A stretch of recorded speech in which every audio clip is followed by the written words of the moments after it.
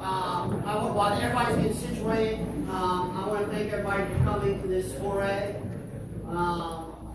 This is to discuss the Managed Lane project, which, as you can see on the board by Mr. Hepburn back over my right shoulder.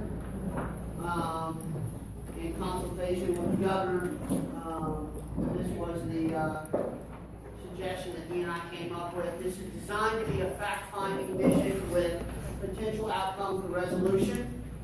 This is not designed to be a criticism or a personal attack session.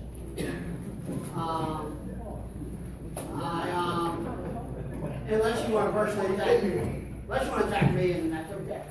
I will cut off any attempts at personal criticism, personal attacks.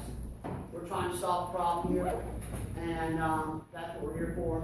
I do appreciate all the CRTPO and municipal officials that showed up. My fellow legislators that are here, they're welcome to join us at the table, but they don't have to. As well as a lot of the elected officials we see in this room, and of course, most importantly, the residents of this community. So with that, what we're going to do is pretty simple. We're going to start. I did a coin toss last night. DOT will go first based on the coin toss. I actually did a coin toss.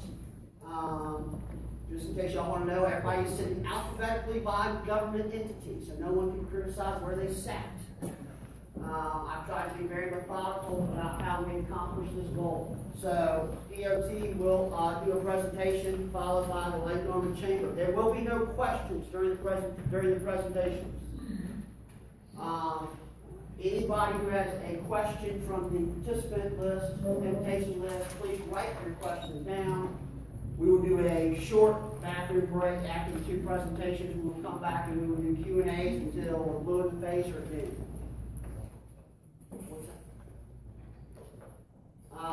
So with that being said, yes, sir.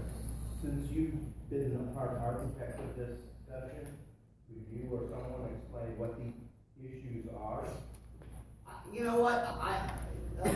I'll give you the 30,000 foot level. If I go any further below that, my guess is we'll start getting discrepancies of what the issues are. The predominant purpose of this is to let DOT and the Lake Norman Chamber folks who will present the counterpoint of this issue to explain what the concerns are. Ultimately, this is predominantly about the I-77 Managed Lane project, but we have to look at the Managed Lane project as a regional aspect. And so I think we're going to get a quick background of how we got here, and then what are the ramifications of any change, and what are possible changes. One thing I think we've got to be mindful of is any decision like anything else has a ripple effect. We've got to understand what those ripple effects are before making a decision and make sure that we're comfortable or satisfied with what those ripple effects are. So, if I could, real quickly, I would like to introduce, or have them introduce themselves more apt. The people that were on the invitation list that are here around this table. I'll start with Bruce from the town of Cornelius. I'm here on behalf of Washington. We had a trip planned for months, and so I'm a CRTPO alternate for town of Cornelius. Good morning, everyone. I'm Chuck Travis, the mayor of Cornelius. I'm John Woods, the mayor of Davidson. Good morning, I'm Beth Patchen, town of Davidson. Brian Jeunesse from Davidson. John Anarella, mayor-elect Connersville. So, we're calling council commissioner Chair Carpet. Danny Phillips, town of John Fraley, North Carolina, representative District 95, Southern Iredell County. John Bradford, House of Representatives, District 98, Northern Ireland County. Jeff Hart, North Carolina Senate, and welcome Representative Bradford, and I would like to welcome you to our district. David Curtis, State Senate 44, Iredell County.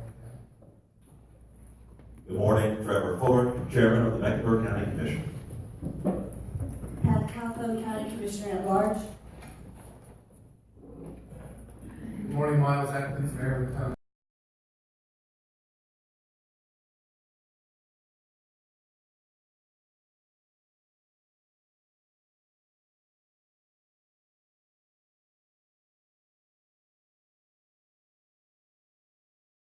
Commerce and Chief Operating Officer of Matt Davis.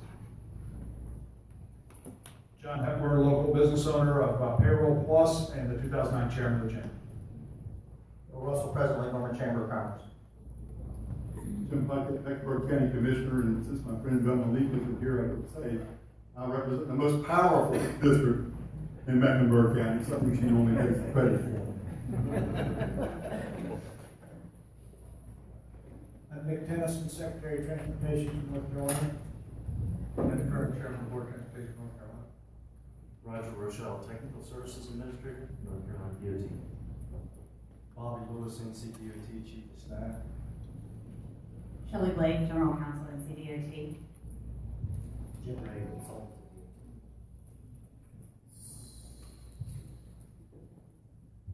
Walt Ray, Chief Deputy Secretary, NCDOT. Morning. Mike Oliver, Chief Engineer, NCDOT. Hi, I'm Mike Charbonneau, Communications for NCDOT.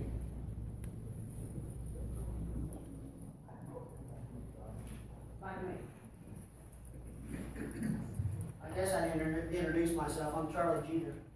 I am home of the new NASCAR 2015 champions in District 92, Joe Gibbs Racing. So, Warrensville, baby, Race City, USA, but Huntersville is Championship City, USA. So, I'm sorry, Mom.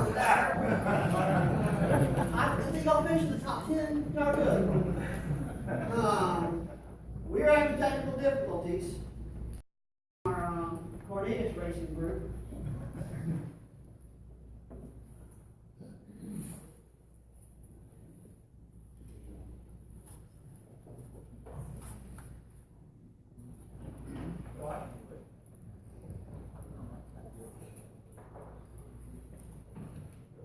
We are trying to get the NCDOT presentation up.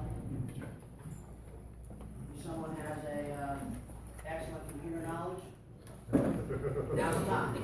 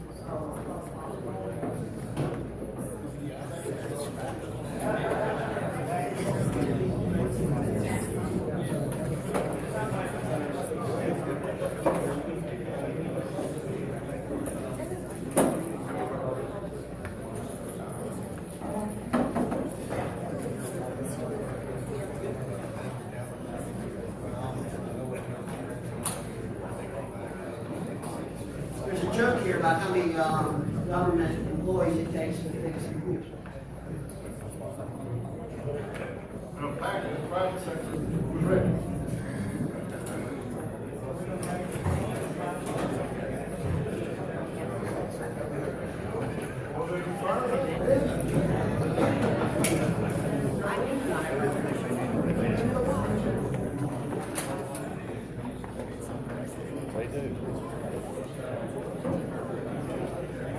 For the media here, I will warn you that Secretary Tennyson intends to walk around during his presentation. So those of y'all who have anchored their microphone at his desk,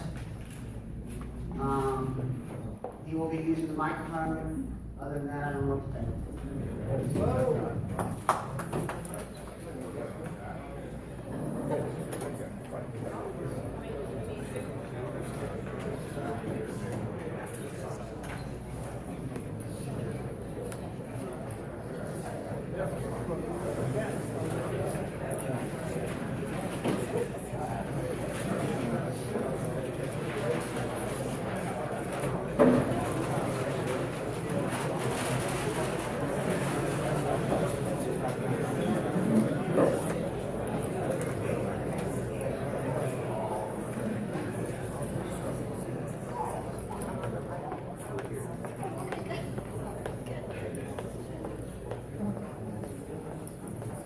All right, everybody, I think we're ready to go.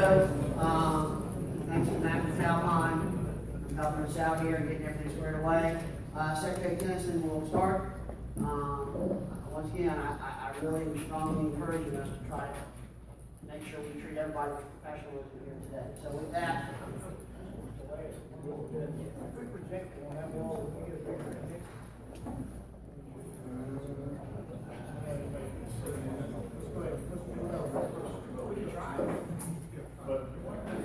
Maybe it's obvious. I don't know if they can see.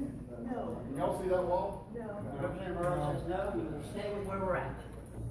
Okay, good morning. I'm head and operator here. There. I'm Nick Tennyson. I'm Secretary of Transportation. We came down today hoping to talk about viable, realistic alternatives to the solution that's already been identified, and that's what we hope they'll all be focused on. We understand that there are concerns in the region, in this particular part of the region, about decisions that have been made. And I want to get beyond the point of trying to identify every potential possibility under the sun and move toward realistic, viable alternatives. So, am I doing the next slide thing? Okay, zoom in. So we understand what the problem is. We are not confused about what the focus needs to be, and that is congestion in the region. The problem of every economically successful city on the planet. Congestion, because people are moving from point to point, and they all want to go at the same time. Okay. We also want to make sure that we're clear on what this is as a question. It's a regional question for CRTPO. This is a regional strategy that was identified by CRTPO after years of study. The managed lanes concept that's being implemented is not a one-off or a standalone project. It is part of a network, and that's the way these things function best. I was just in Denver, having a chance to be on their managed lane they recently opened.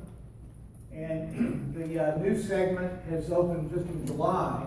And the segment that had been operating for the last 10 years, or 2 years, the last 2 years, and underperforming its projections, just over the last few months, now that it's connected to a second segment, is now overperforming its projections. And all that is to say, a connected network was the idea behind the CRTPO decision, and this is the first phase of that. So as you can see on this, maybe you can see, on this illustration from April of 2015 at 5 p.m., the red is areas where the speed limit, average speed, not speed limit, was below 45, the green's above 45. Now, in other words, a lot of that segment is interstate, and 45 isn't a desirable speed for anybody on the interstate, but even at that low level, you can see a substantial percentage of the whole area in red. Next slide. Now, this regional issue for CRTPO, for at least a few of the gentlemen seated along here for Representative Jeter, is beyond a regional issue. statewide issue. This is not the only area across the state with congestion. And when these gentlemen go to try to solve this issue, or try to take steps to mitigate the problem, they're going to be working in conjunction with colleagues from across the state. So while this is a local question, it also is one that needs to be addressed from a statewide and regional perspective. Just to illustrate the timeline on which we've been moving, fast lane study commenced in 2007, May of 2010, hot lanes, high-occupancy toll lanes, express lanes were endorsed as a strategy. March of 11, the 10-year transportation improvement program was adopted with this project included. NCDOT started work in 2011 with the MPO staff on the project. July 12, legislation was passed to allow T3s, public-private partnerships. Then in May of 2013 is when the then Metropolitan Planning Organization, MUMPO, approved the project amendments, including P3. June of 2013, SDI was signed into law. You heard mention of Strategic Transportation Initiative in other contexts. I hope this law was intended to address the challenge that for the last 25 years anyway, transportation funding in North Carolina had not been based on congestion. It had been based on geography. So the change to the SDI brought about a change to the way we're going to allocate funding in the future. July 2013, MPO planning area boundary was expanded to take in Iredell County. Then we've got March of 14 was when we had our proposal deadline. April of 14, Centra was announced as the term of art as apparent best value proposer. That is a term applied to the bid that will be evaluated to make sure it complies with all the technical aspects of the contract. June of 2014, comprehensive agreement, which is basically the agreement to do the deal, the agreement between the state of North Carolina and the proposer to move ahead with the contract to try to actually deliver the project. May of 2015, we reached financial close. That was a date that was later than what we anticipated and required extensions to get to that point that were granted because there was no fault of the developer for the delay in getting the financial close. This is a process that included getting financing from a group or in a form that's referred to as TIFIA, which stands for Transportation Infrastructure Finance Innovation Act. Transportation Infrastructure Finance Innovation Act. So a kind of financing that's used commonly on major projects, a lot of them transit projects, light rail kind of projects. But among the challenges of dealing with a TIFIA loan is every one of their projects is a one-off. You go in, you talk to them, you think you got a deal, and then you find out that you're back at the beginning. So let me just say, at every opportunity, Centra did everything they needed to do to get us to that financial close. North Carolina did everything we needed to do to get the financial close. It is not possible to move through that process on a predictable basis.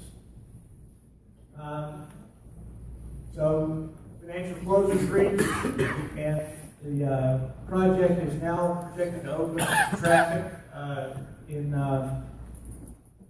January of 2019 is the contract date after which Centra will have to pay liquidated damages. Their practice and experience in the past has been to deliver projects several months before the actual due date. Okay. Question of why express lanes.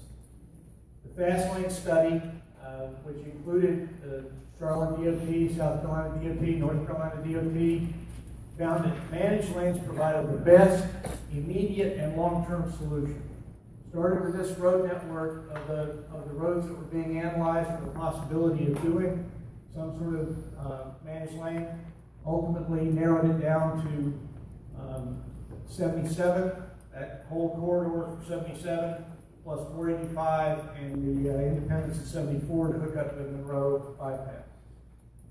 One of the main things to focus on about this is the question of what is a long-term solution. And by that I mean, what is something where you're going to provide an alternative, a choice, a possibility of a reliable travel time over longer time horizon than just what had been encountered when the fast lane study was commenced. That study grew out of the experience of having widened I-77 south of Charlotte and then having that go from a traffic jam to widening to just a one-lane wider traffic jam in very few years. And so the people that were involved in transportation planning wanted to make sure that whatever we executed had a longer potential time horizon than building just another lane to fill up and have a wider traffic jam. Next. The fast lane objectives. Fast lane objectives including accommodating long-term future demand, increase the people moving capacity, not just the vehicle capacity, the people moving capacity of the Charlotte Regional Roadway System, and increase trip reliability. Those are all aspects of an express lane project that make it the logical choice. This particular project has as an additional advantage that it's going to be a corridor-long solution. And so it will minimize the number of times that this road section, this roadway, is under construction. I think that any other alternative where we build, as we traditionally do in shorter segments, is just going to expose the region to even worse congestion as we move the bottleneck up and down the corridor. Next. The other advantages to this managed lane proposal, additional capacity is leaving the general purpose lanes as they are, except under this contract, they will be refurbished, brought up to standards. They will be much, much better condition than they currently are. And that will go from shoulder to shoulder. In other words, it won't just be the managed lanes that are in good shape. I'm sorry. The second point is that the express lanes are the only portion of the road for which there will be a toll. There's a substantial amount of confusion from people who have not looked at this very closely that we are somehow tolling all of I-77. It is not the proposal to toll the whole road. This is to identify the lane, the additional capacity is being built, and to charge a toll to help recover some of the cost of building that extra capacity. And finally, with the transponder, HOVs, and any transit vehicle anytime will not pay a toll on HOV 3, will not pay a toll using that lane. So, what's the investment in the region? It's a total of $775 million that is coming in to the region because of this contract. $535 million is coming in as private debt and equity, $250 million in private equity. And I want to make sure that we're all clear that that private equity is at risk. That is to say, we don't do anything to guarantee Centra or Mobility Partners return of their equity. That's at risk. No recourse, contribution to the project. The $285 million in TIFIA and private activity bonds, the debt, in other words, on the project, are non-recourse to the state. Non-recourse to the state. That is to say, the general revenues of the state, the credit of the state, is not at risk to repay those bonds. Toll revenue is the only source of required repayment for those bonds. $95 million was put in, or is currently the amount that we're talking about putting in for public finance or public contribution to the project. public funds put in to match that 250 I referred to in the other equity. I say currently because we are doing analysis that we believe is going to lead to lowering that amount. I don't want to promise that right now, but I also don't want to say 95 and then have us change to a different number later, lower, and have everybody decide, well, I'm telling you everything I knew right here. $145 million is the amount that was set aside under the SPI as the, it's a nominal 145. That is half of the debt that is financed by tolls. That's how that was calculated. This project had a cap of up to $200 million that could have been the bonus amount if we had had that much debt on it. We didn't. All future projects will have a cap of $100 million. So this project is getting additional funding that wouldn't be available to a P3 that was established later.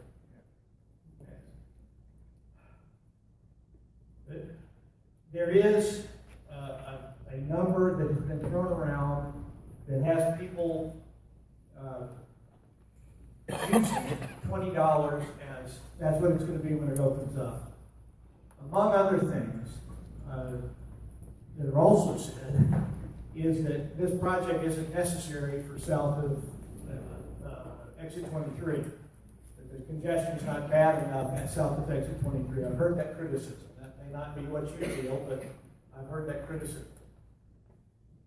If congestion is not that bad south of 23 or south of 21 or south of whatever, then you don't have to be in the lane. You don't have to pay the toll. And so having a $20 toll amount implies that everybody has to be in the lane the whole distance. And that's not the way it works. Now, we have got a larger board that we're trying to find that diesel post on so that people can see.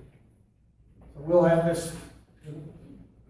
Thank Peter, we're going to have a break after the presentations, right? Is that where you're going? Anyway, we'll move this out so people can see it. But this shows where the access and egress points are. When we had the original contract, we're doing a break between, or after presentation. We're doing a break after both presentations. So I was just trying to make a point we'll be able to move this easel up so people can see this display.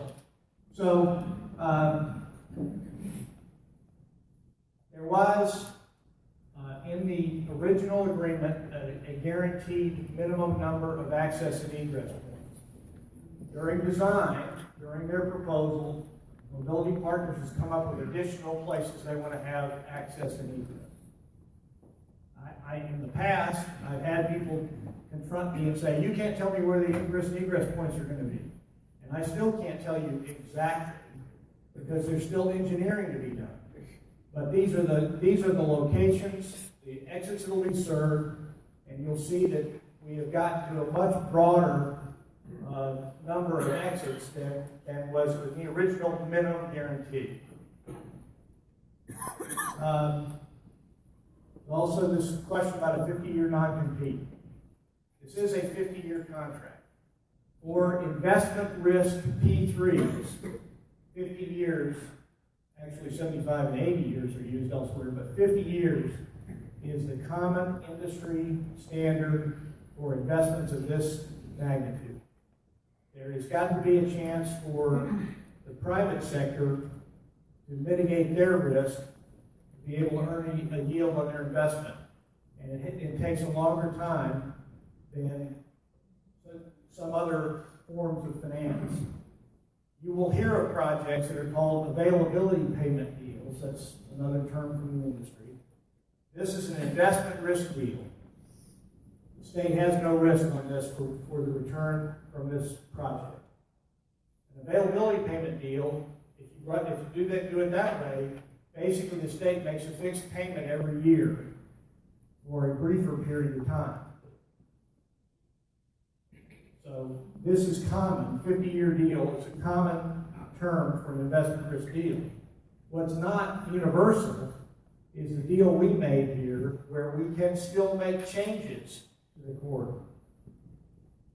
Anything we do off of the corridor to improve the streets that are subject to the SPIP, that are various projects that are in the state plan, for projects and for intersections off of the corridor are not affected by this agreement about not affecting the base case projection.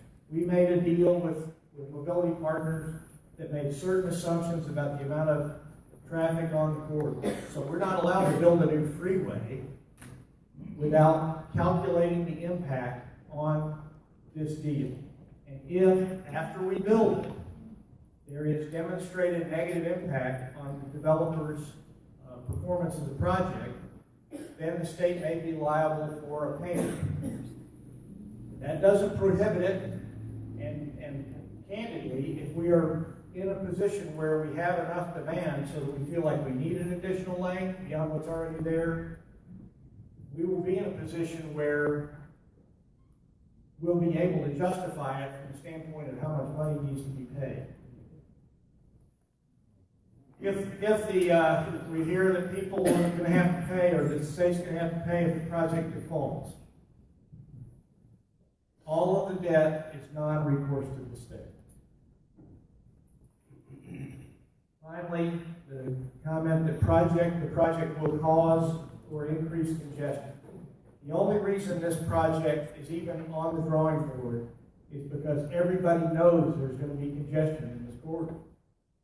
There's not anything about this project or anything else that anybody can propose that eliminates congestion, that is, by the way, means that viable and plausible alternative.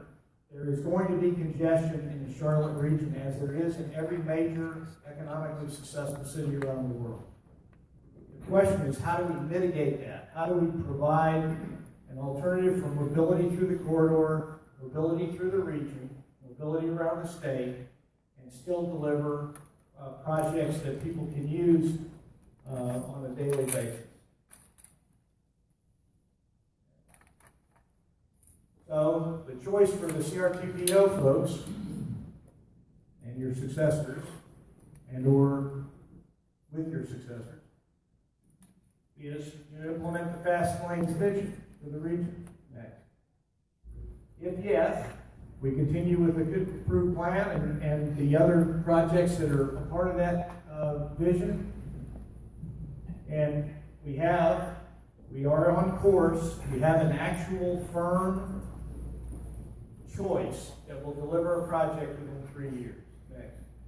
If no, then we start back at the beginning of trying to come up with that viable alternative. We devise a new regional solution. And again, for the folks that are on CRTPO, maybe not the folks sitting here, but their colleagues on CRTPO, it's a 28-member body, something like that. This is not a single shot. This is a regional solution. So some regional solution will have to be determined to replace the one that's currently there. There will be costs to cancel this contract. What that number is, we have put forward a number that was based on advice we got from consultants. We think it's realistic. But candidly, it will ultimately be, if it goes that way, it will be the result of negotiation and or litigation. And specifying numbers right now isn't particularly helpful to our side in that case. But I assure you, the number we put out is not one from which I'm backing away. It's just not a case of wanting to throw that out either, because candidly, it's not necessarily the biggest number that could happen. So there will be costs to cancel the contract. The $145 million in bonus allocation that was earned by having this project, all those projects go off the board, and that $145 million goes back into the pot for allocation under SDI. So CRTPO, to remove I-77 and bonus projects, 77 and the bonus projects from the 10-year plan, would have to vote on that at a formal meeting of that body, and then create and gain Federal Highway Administration approval for projects to submit in the new plan, new 10-year plan, go through the SDI scoring, and begin the new projects. There is nothing about that process for which I can give you any sort of firm timeline. I can only tell you that what we currently have is a project that leads to a 3-year completion date. Alternatives, there are just too many unknowns in the alternative path. Our commitment is we want to be a partner in the process, whatever ends up happening. We want to help the region meet its goals, the entire region. We want to effectively manage contractual obligations and keep projects on schedule. And we want to preserve an open and transparent process and follow state and federal law. That's the way it looks to NCDOT, and I'm confident that we'll end up with a chance to talk a little more about this after the other presentation. Thank you.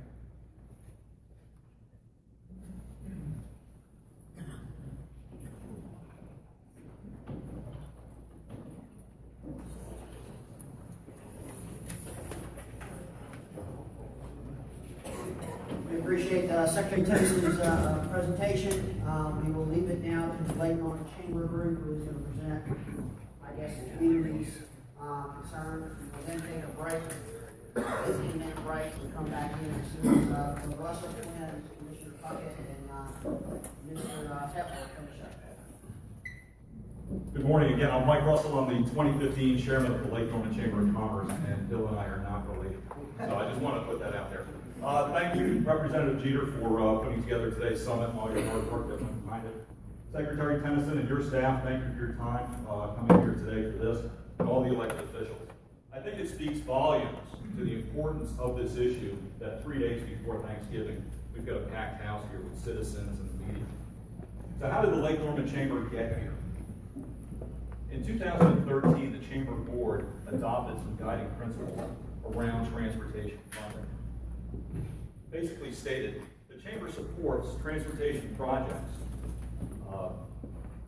roads, rail, mass transit, that provide movement around the region for business and citizens, as long as those projects do not have an adverse financial effect on those businesses and citizens. Fast forward to May of this year. After months of input from our members, the Board of Directors went ahead and passed a resolution respectfully requesting that the NCDOT cancel the contract with I-77 Mobility Partners. We also, in that same resolution, supported the efforts of our local elected officials and community leaders in their attempts to get the contract canceled. As the COO of a $40 million international company, I know the impact that this project is going to have on my employees, my customers, and my business. I look forward to discussing those with you as our presentation goes on. I'd like to now introduce John and Jim, and they will Thank you. It's a pleasure to be talking to all of you today. And this is actually a very serious moment, a very serious time for our community. Thank you. My name is John Hepler, and I'm a local business owner. I moved here in 1996. Not as long as some of you, but quite some time. And I've seen and experienced firsthand the relative growth. I own a payroll processing company. We process payrolls for about 800 companies throughout the entire area, many of them in Mecklenburg County and South Ireland. And so I talk to my customers on a regular basis of what happens, how they're feeling, where they're at. And it is no longer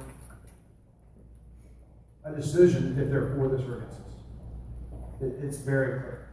And so I want to let Jim introduce himself, but the important thing is now, as was the chairman of the 2009 chamber, seeing the facts, being an engineer, and talking to a lot of people, we, the chamber, have some very strong feelings about where we're headed.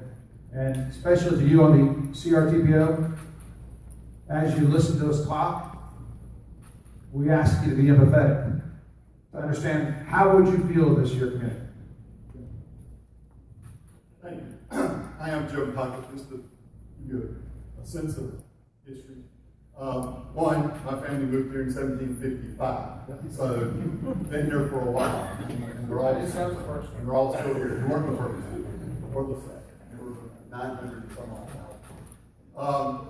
1997, I served on the Mecklenburg County Charles-Mecklenburg Board of Education. Did an awful lot with land use, put a lot of schools in the wrong places. We were also responsible for some poor decisions that have led to some of the problems we have today. In 2000, I went to the Mecklenburg Board of County Commissioners. I served there for 6 years, took 8 years off from the citizens. Let me have a chance to come back again. So I have a long-term view of this also. I have an awful lot of knowledge about mistakes that have been made over the last 20 years, and we'll speak to some of that. But my job is to represent the people that live in this part of Mecklenburg County. I am thrilled that I'm joined by our chairman, Trevor Fuller, and Commissioner Pat Copeland, who have also, the Mecklenburg County Commission, representing 1 million people, have asked that this be canceled for the reasons that you will see going forward. So with that, I'm going to let John give you our concerns. Just when you get on the mic, is that possible? I don't know if there's any out there. Can y'all hear me with all my mic? Okay. Yeah. Go ahead. All right. This is kind of, I always said the slide is kind of like the Mr. Obvious slide. All right. Next one. I wanted to explain this for a lot of you, and some of you, hopefully all of you on CRTPO know, but this is the project that we're talking about. Okay? It starts down here at Independence and goes all the way up to exit 36. Okay? We know, and obviously we have limited resourceful dollars. And we have to plan ahead, and those in business know we have to plan ahead, but we also have to recognize where we have our serious need.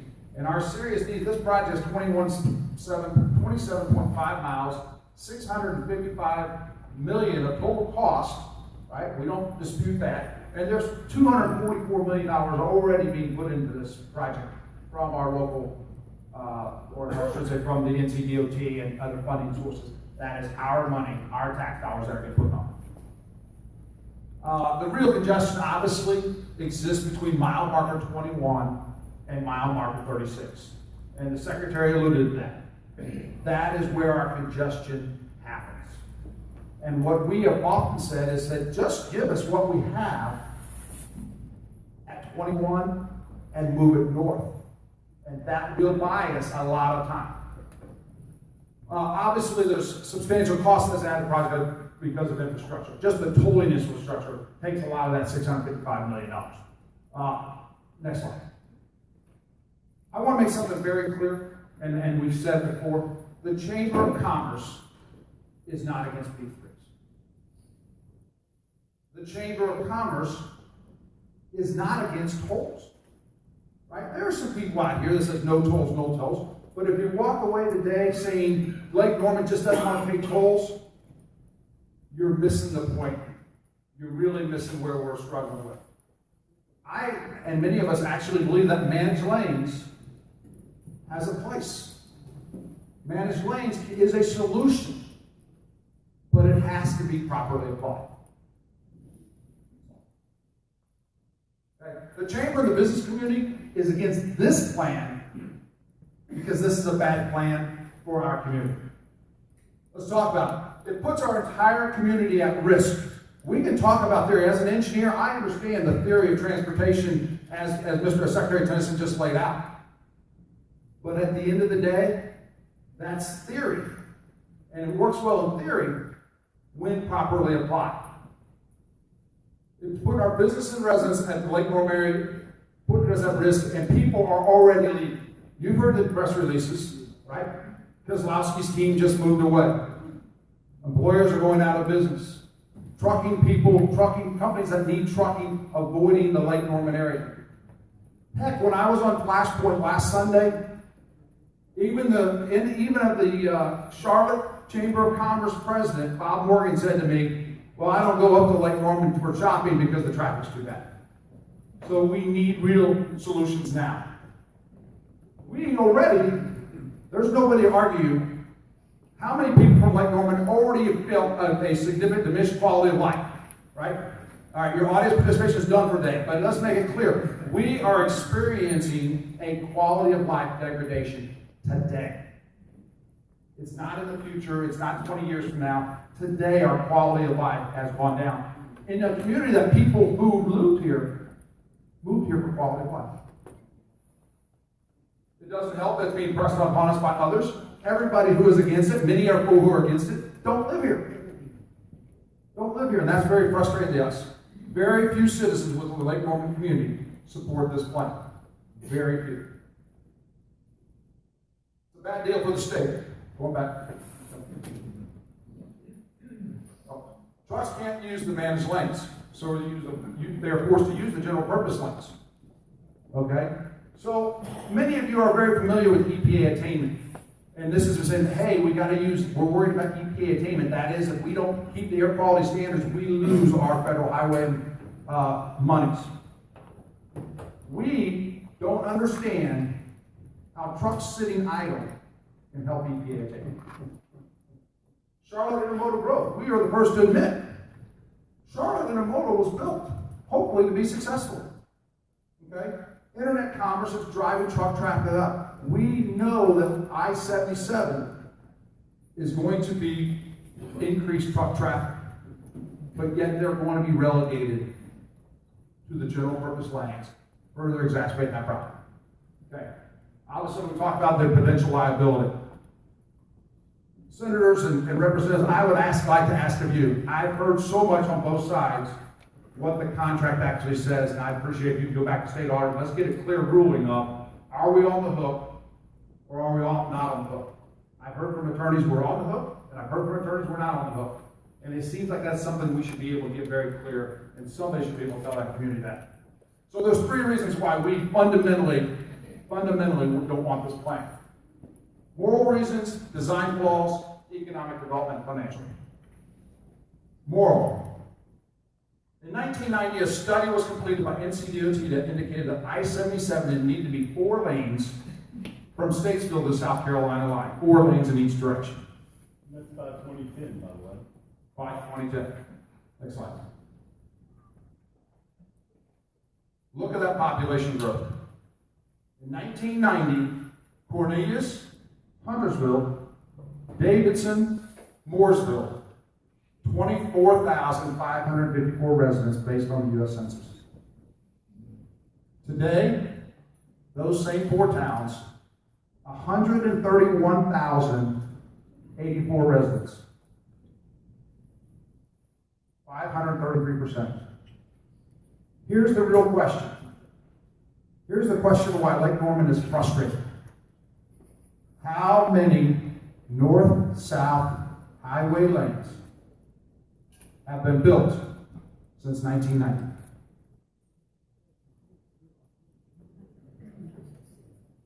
And you jump in. It's not just Interstate 77.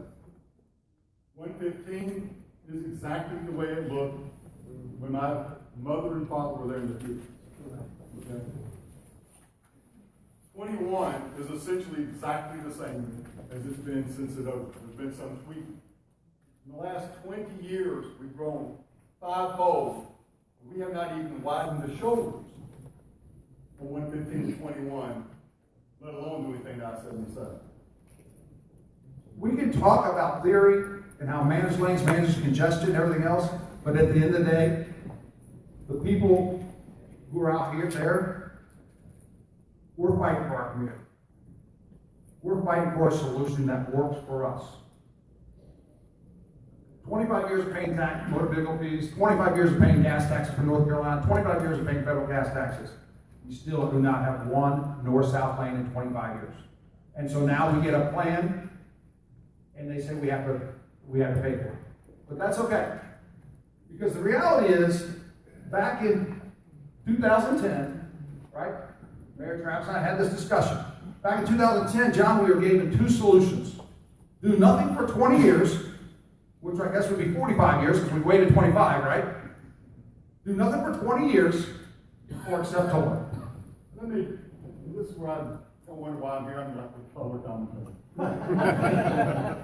That has a bit of 250 years worth of perspective. Here's the real problem with this. This is the reason that this room is full. This is the reason that these gentlemen who, Senator Tartt, who was Mayor Tartt at the time when this was approved. John Bradford, who was Commissioner Bradford. Representative Jeter, who was Commissioner Jeter at the time. These were the people who were told in 2010, you have two choices. Do nothing or tolls. And it seemed to them that the choice was very obvious to them. And I showed back up again a few years ago and said, you made the wrong choice. Here is what this is analogous to. If someone came to you and said, you have two choices. I'm going to cut off your head or I'm going to cut off your arms. Which is the best choice?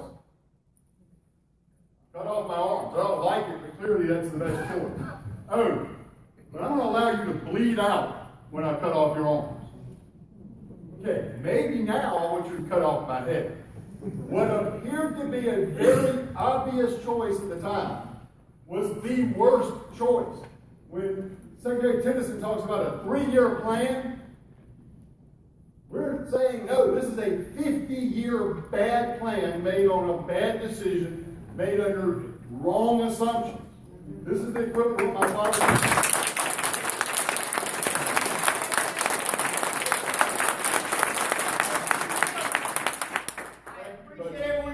We will treat everyone the same. There is no applause, no criticism, no nothing. The ground rules are clear. So let's let everybody say their piece. Let's do this professionally, please. Okay, fairness, I'm going to say Secretary Tennyson's name and y'all can applaud. Yeah. Okay. So now we're fair. So this is why people change their mind, because those assumptions were wrong. And we're going to talk about where we are today. Let me have the next slide. I think it's there. This is our current reality. When we were told there was no money, there's now a $440 million surplus. When we were told there was no money, the governor said we have a $2 billion worth of bonding capacity for roads in this state. We were told there was no money. I-85 just last week was announced it's going to be widened in Gaston County. Asheville, $800 million. Asheboro, $240 million to widen the road around the zoo. It appears to us there is money. There might not have been in 2010, but there clearly is in 2015. And that's why we have to talk about the change. That's why these gentlemen who said this was the best idea at the time now say this is a different time. Again, as my father said, we don't know where we're going, but we're making great time. That's what this is the equivalent of. We're going to get to a bad plan in 3 years and live with it for 50. And we're saying, every once in a while you make a mistake. You have to flip it around and then make the right adjustment. So let's go ahead and talk more about that. This is one, every one of them drives a different, motivates different people different ways. This one is the one that got me involved. This one was the one that upset me personally the most, right? We've contracted with a Spanish company, as they said, because only in Spain or only in Europe can you get 50-year money. We are a 30-year banking system here in the United States. That's why it's got to be a European company. Okay? We'd love to have an American company be doing this at this time. Okay? Number two, once again, this is what driving. I've got a 3-year-old and a 9-year-old. This makes our children pay for our problems today, and or grandchildren in many cases will be paying for these problems today. And as a businessman, the first dollar of principal gets paid off in 2033. And I'm happy to have you guys check that. The first dollar of principal. We negative and for a while, right? We backstop when we showed you the numbers that we talked earlier in the previous presentation. What they left off is there is a backstop of $12.5 million a year for the next 6 years. That's $75 million more dollars that we're already going to invest in it, and it wasn't on the previous slides of the sector. Very clear. This is another problem that bothers us. We've had citizens speak up against that. And in 2 cases already, this company who we're getting ready to get in bed with for the next 50 years threatened lawsuits against our citizens for executing on their First Amendment right to say, I don't like this plan and here's why. Now, luckily we've got that pulled off, but that's the principle of it. That, to me, it's not a company I want to be in bed with the next 50 years. Design flaws. Next slide, please. This is probably, I want to go to the map here. This is probably one of the biggest problems we have as a community. As a community, this is why this is a problem. Okay? Now, I know you saw this map. We'll address this map in just a second. But this is the map that's on the I-77 mobility page today. I saw this map last night for the first time at 9 o'clock at night. I live personally right around exit 25. I have to drive to exit 30 in the community school of Davidson to drop off my son. My business is at exit 28. These points here indicate gates to get into the toll lane and out of the toll lane. So therefore, from exit 23 to exit 31, there is one single gate. So if I had all the money in the world, which I don't, I could use that toll. The other problem that we have with this is, okay, let's go back to this. We're going to have all these egresses. Now what we're going to have instead is we're going to have an accident every single morning of everybody weaving back and forth. So the plan does not work for our community. It does not work for our community. Many of you might have seen, if you go to the Charlotte Chamber's website, you'll see a beautiful slide about the LBJ freeway, a video. Did you guys go see the LBJ? Okay. The mayors went to see the LBJ. I lived at the corner of Welch and LBJ about a mile from it in the year of 1985. I lived there. It was crowded then. But here's the point. LBJ freeway and this are not even comparable. Here's why. If this is the LBJ freeway, through this way, and actually it's a east-west road, but this direction would be North Dallas. Okay? Parallel road, parallel road, parallel road. There are 16, 20, 30 parallel roads all the way to Dallas, Texas going this way. On this side of the LBJ freeway, Farmers Branch, Texas. Parallel road, parallel road, parallel road. The citizens, even when it was congestion, had lots of options. We have two. We have 77 and we have 115. And John, I think it's fair to say we're not going to widen 115 through Davidson. Nor Cornelius. Okay? So 115 is not getting widened. Right now, it's I-77 as our only choice. And so we can talk about managed lanes, we can talk about theory, but for us, it's about quality of life, and it's about our community. But all this should make you nervous, and what we're worried about will never scare you as much as the next slide. Next one. That's not it. This one.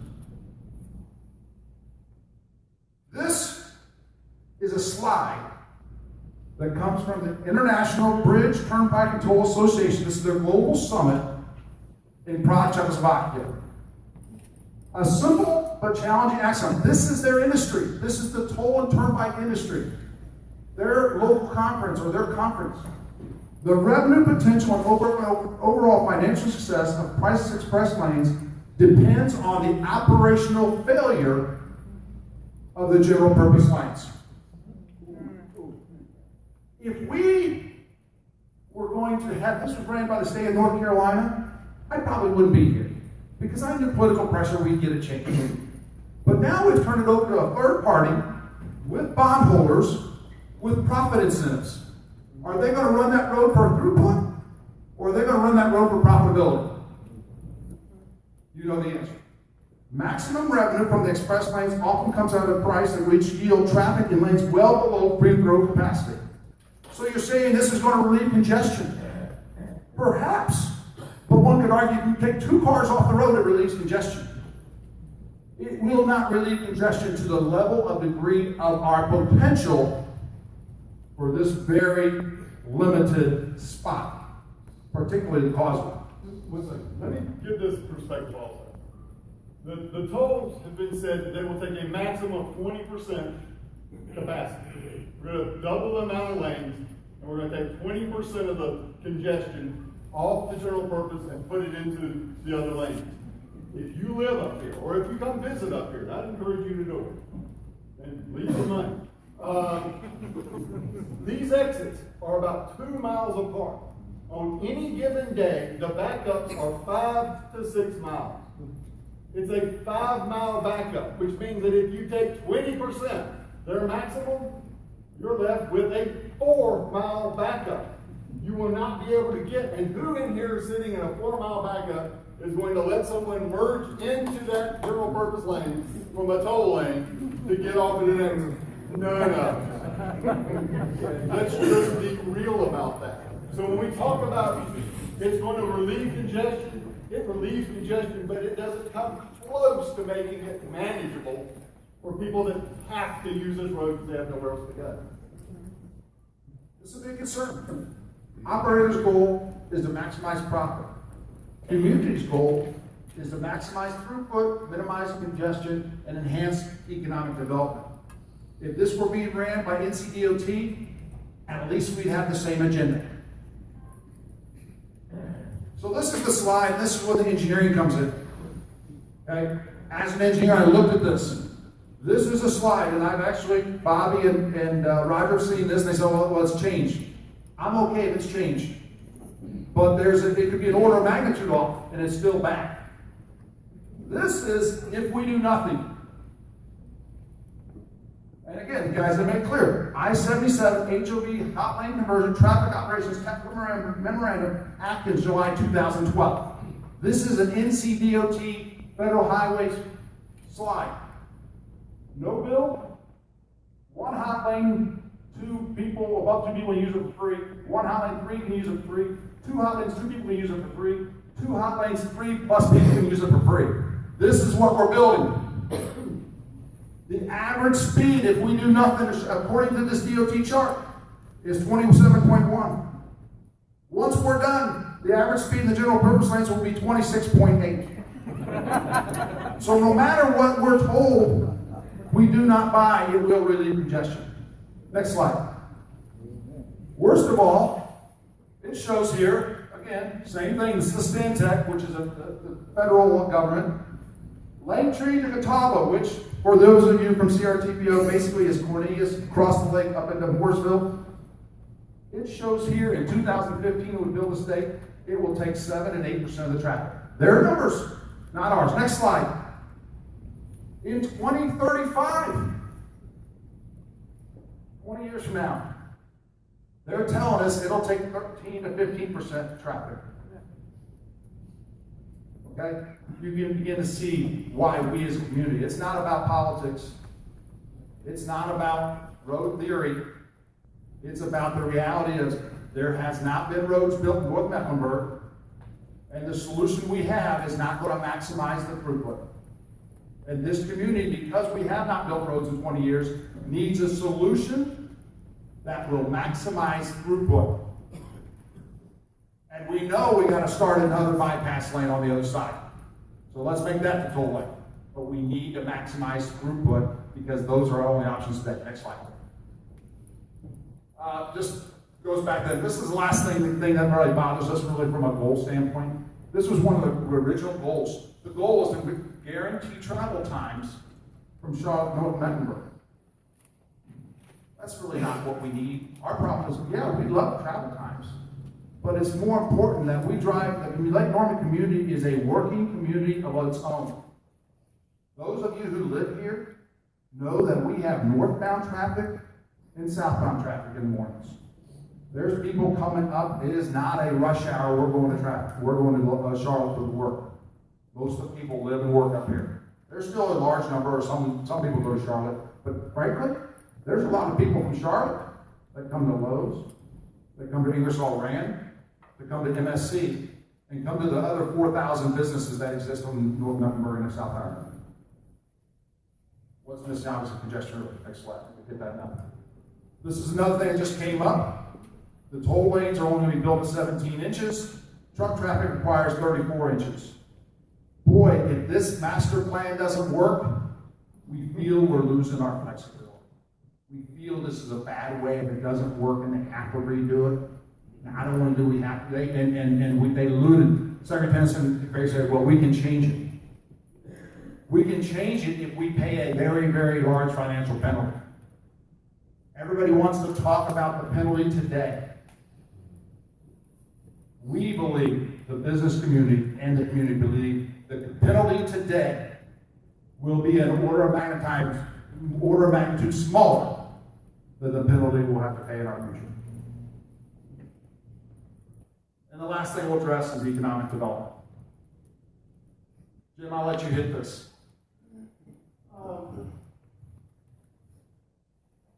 Basically, we have a couple of things here. We talked about the input from the state, $95 million. That's just completely wrong. It's not $95 million. Because the bonus allocation of 145, 77 million of that goes to interchange. Okay, so when we talk about $100 million to get out of this, we saved 77 million the first day.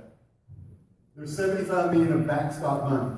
If anyone here is familiar with the Whitewater Center, when we built the Whitewater Center, I was there, we voted on that. The whole idea was it probably won't make money in the very beginning, so we will give them $1 million a year to keep them afloat.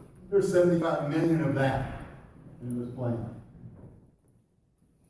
It would cost about 250 million just to build general purpose lines. That's what we've asked for the CODT. We don't hold them to that. They've actually said less, but we think it's about that. We talk about the default. I've got the contract right here, and in one section it talks about default. And the remedy for the default goes back to the developer. So we can chat about that, but I've got the contract here. And again, we go back to the very first debt that's paid into it. A child born today will be 18 years old, graduating high school before the first dollar of debt is paid. So if they default, guess who's on the hook for that default money? If they go bankrupt, this is different animal. If they default, we are, because they haven't been paying on that debt. There was no economic impact study done for this road. NCDOT doesn't do any economic impact studies. They did one on I-95, but they didn't do one on I-77. It's fine. Their job is to build roads. Our job and the chamber's job is to protect business. There was no economic impact study done to say, what will this plan do? It takes some congestion, no talk about the impact. $12.5 billion over the next 50 years leaves this community. That's the total. Say what you will about it. That's their estimates. $12.5 billion comes out of the pockets of the citizens here, some people riding through town, and goes to investors, etc. That's why we don't have a problem with the state of North Carolina ran it, the $12.5 billion. At least it would go to the state of North Carolina. You have productivity loss over congestion. You've got slides that will show projections from a doctor of transportation of the lost productivity because of congestion. Next. The biggest thing here is truck commerce. Truck commerce on the interstates is growing at a rate, if I remember correctly, 4 to 5 times faster than automobile. Okay. And that was done before eBay and Amazon became the new law. You now have the stuff brought into you. Truck traffic will increase. Yes, we can pay the penalty to widen the road, but the trucks can't use that toll lane. We have to tear it out. And what most people here don't understand is they've got to get across the water. So if you want to expand it, we have given up our right of way. The state of North Carolina, the citizens of North Carolina own dry land going across Lake Norman today. We are giving that to another company for 50 years, which means that when we have to expand this, particularly for truck traffic, we're building over water. We, the citizens, the state of North Carolina, take the risk of will that comply with environmental protection at that time. You know, we say we aren't going to do politics. Let's say Bernie Sanders becomes the president of the United States and says you can't build roads over any body of water. You can't remove a snail garden. You can't, whatever, but we don't know what the restrictions will be 15 years down the road. We've given up the dry land to a private company. We then have to deal with how we meet those expectations. And we throttle our truck traffic. Those of you who've been here long enough to know what I'm talking about when I say the Yadkin River Bridge, they widened 85 on both sides of it. But when you got to the Yadkin River, it was 2 lanes across. This is the exact same thing. We are man-making our own Yadkin River Bridge in the future. And then we're going to figure out how to deal with it because we gave away our only solution.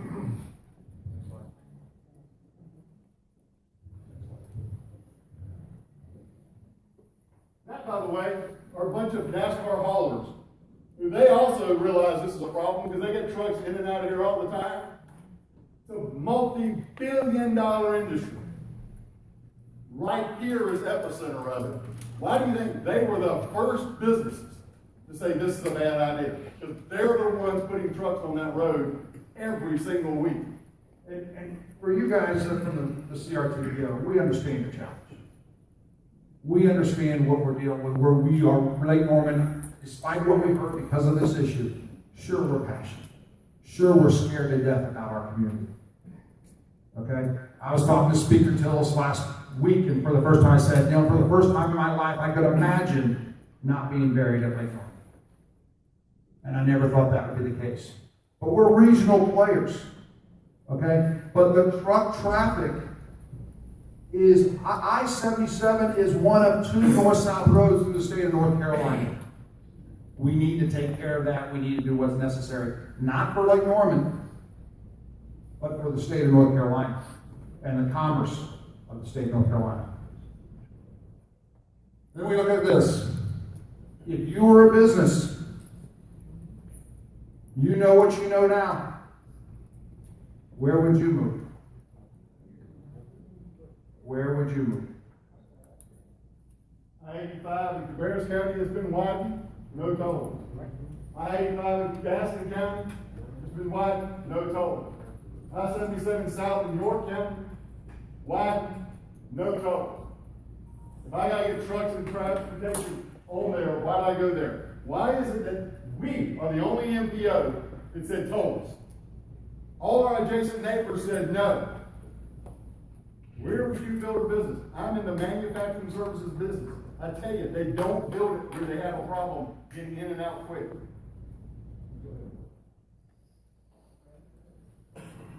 We're wrapping up.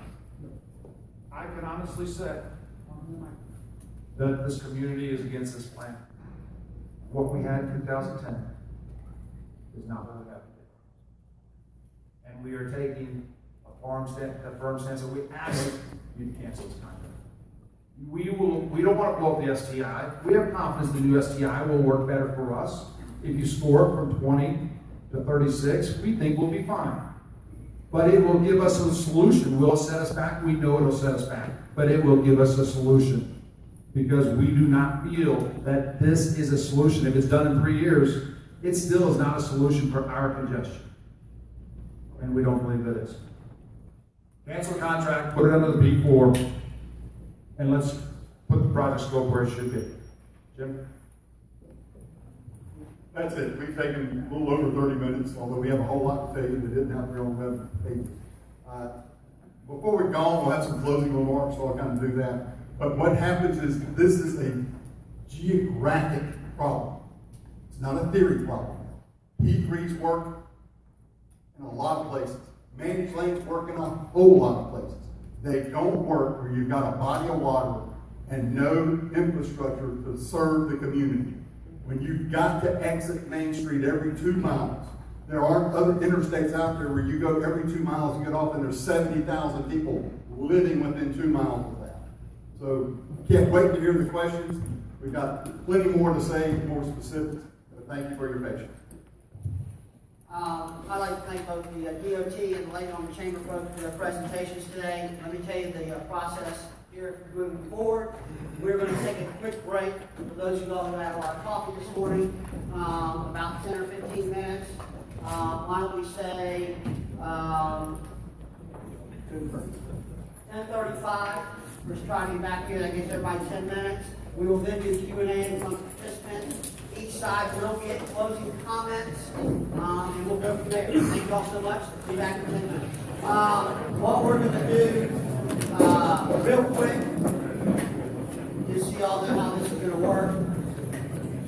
Secretary Tennyson and NCDOT are gonna have a quick, rebuttal, for lack of a better term, since they went first. And then we are going to open it up to questions from the participants. For the participants, should you want to ask a question, we're going to go with the old tried and true formula of raising your hand. And just state your name, who your question is directed to.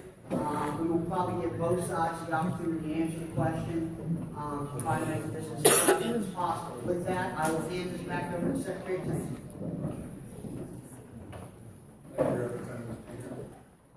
You gentlemen did such a nice job tag teaming that Nick and I thought we would tag team as well. I'll just open it up by saying that I've been involved in transportation matters in the region for over 20 years. Holding in my hand the history of the NPO that dates back to 2009. Virtually every year from 2009 to this year, there was an accident related to fast lanes or managed lanes. And I say that because in the broader context, where are we in this managed lanes project? Did we start in 2009? Did we start just last week with the construction on the project?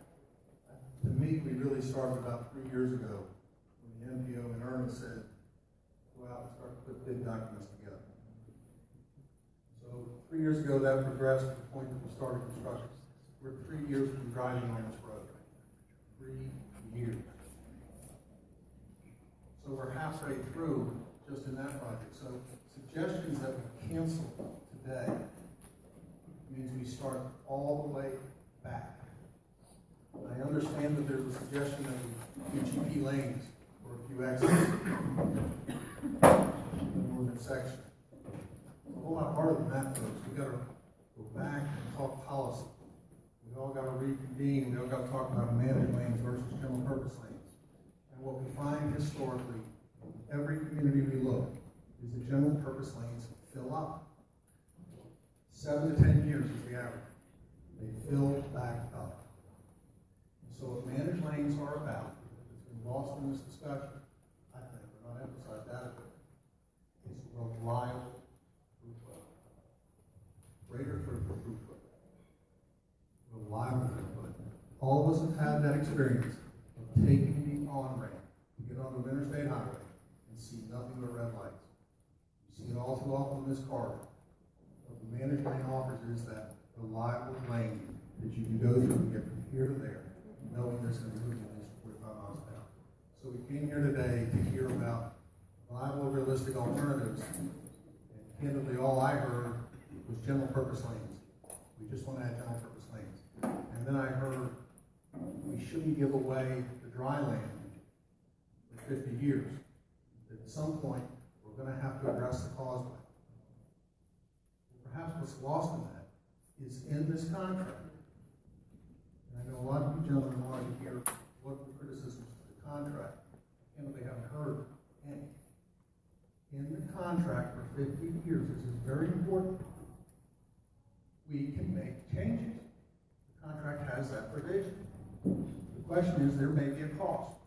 There may be an additional cost, an incremental cost that maybe doesn't exist in other areas. Perhaps we have to compensate I-77 mobility partners if somehow we're going to do something to diminish their revenue. Okay, that may be. But if it's so compelling a need, we can do it. So I think we will do something with that causeway in the next 50 years. It's no different than where we are today. We have to do something there. You're right, there's going to be an environmental challenge associated with that. It's going to be very difficult. No different.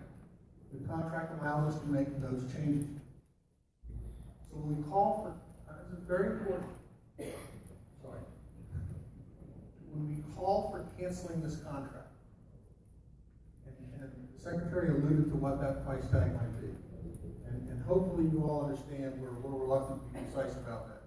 General Counsel is right here, because we think it's something that could potentially be litigated. But let's keep using $100 million. Let's call that something that might be the right number. What that represents is the value of that contract. What that might represent are the profits in that contract. So during the 50-year period, what do we have to compensate the toll operator for? If we do something, lost profits? Isn't that right? It will never exceed $100 million. It can't. If we cancel the contract today, then that's the total value of the profits for 50 years. So why would we cancel the contract, waste $100 million? Instead, the focus, what I submit to you, what I submit to the representatives, should be on what enhancements do you want over the next 50 years. Don't spend $100 million and get nothing for it. In 3 years, we'll be driving on this road. So if you want to make the argument, focus on enhancements over the next 50 years. Speak to that.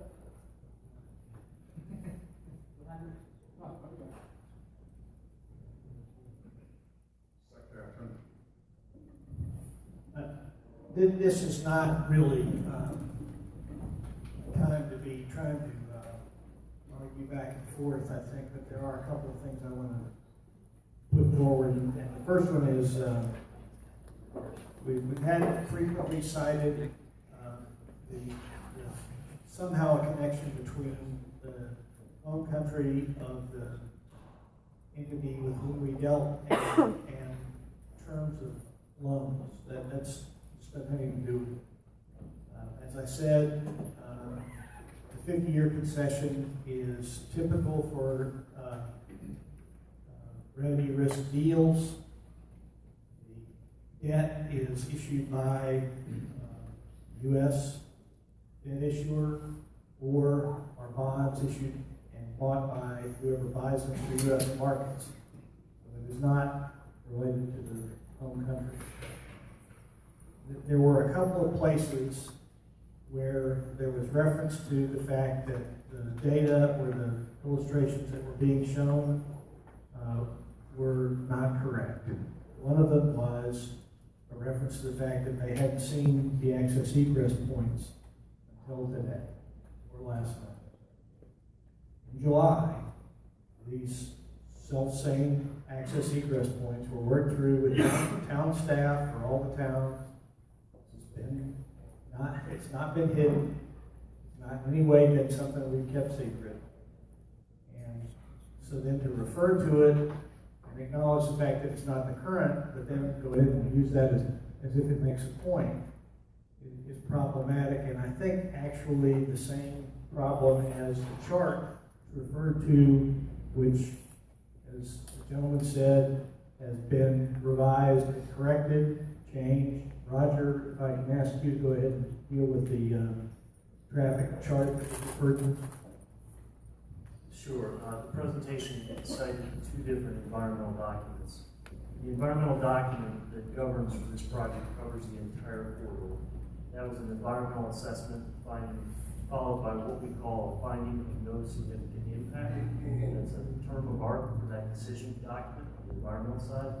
In fact, that was cited for your purpose and need in the presentation. Unfortunately, there is a lot of information out there, and conflicting information is problematic. Also cited in that presentation was a chart that demonstrated that speeds would reduce in the general purpose lanes by about 1%, if I recall correctly. That's an environmental document that covers only a portion of the project, and that document doesn't even apply anymore. If you go to the finding of no significant impact, which was cited in the presentation, those speeds actually increase from about 8% in some locations all the way to 15 or 18%. These are speeds in the general purpose lanes, and that is our projection for the environmental document.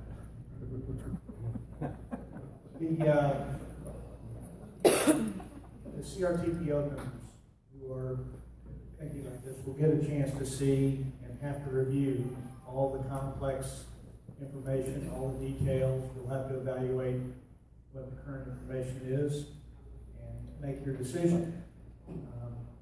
As I've said, I think that there are parts of this that will be decisions that will be made or deeply affected, substantially affected by legislative determination of how to deal with a project that gets canceled. We have had under STI a practice of assigning a point total to a project. And if that project changed substantially in its assumptions. So in other words, if you go from a toll to a no-toll project, a project where you're bringing X number of $1 million to the project versus zero, clearly that project or that corridor would be affected by the change to that project. That project would fall out of the system. This is not something where that money is preserved. Some of the math that's being done is, we'll save the money that we were going to spend there, or we'll just spend it on this. That's not the way it works. We will ultimately have to have a decision from the CRTPO on which we will attempt to help execute the contract that follows the policy. We have things about the current CRTPO planned or initiated project that are still eligible for review and change. If the CRTPO is interested in emphasizing at a greater level freight movement through the corridor, that is still a changeable aspect of this project.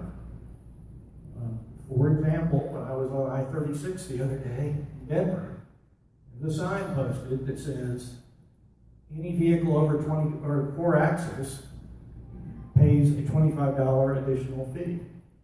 I'm not sure how Representative Jeter would feel about additional fees of that scale, but that's certainly part of the calculation.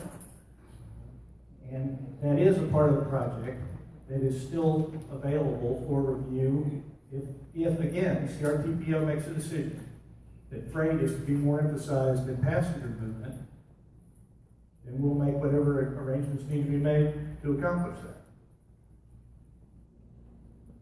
This conversation is one that I have not participated in personally for as long as others in the room. I am not going to be able to be as passionate in the sense of calling for any really radical change. Because I think that when CRTPO did their work, they actually looked at this project, looked at this region, and made a good decision. I think among other things, that to assert that a change in the general fund balance of the state at least confuses the issue, if not outright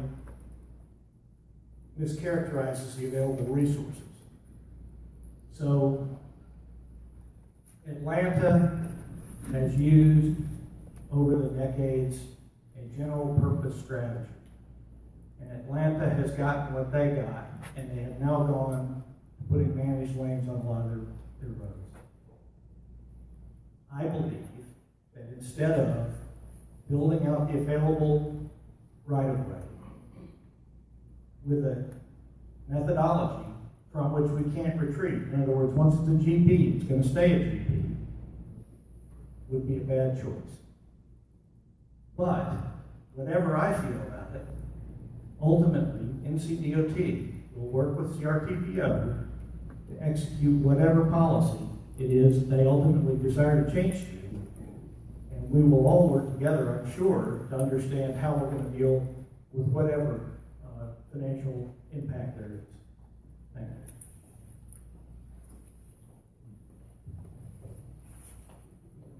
All right, now we're at question time. So, for the participants sitting around the horseshoe, who had Bruce? I hear CRTPO mentioned a number of times, and I guess I have a concern. I've heard CRTPO mentioned a number of times, and I have a concern that the major person that has the votes for CRTPO is not attending. My question would be, is this presentation going to be presented directly to her? Is this recorded? Is this way to get this information to the majority vote for CRTPO?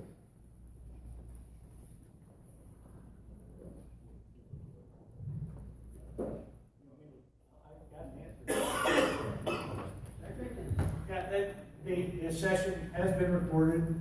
All will be available. Ultimately, I think that what's going to matter is what that group talks about with whatever study they intend to go into, as opposed to necessarily the information that we've shared today. they're going to need to review all of it. Well, we presented whatever else has been presented and verify what the facts are.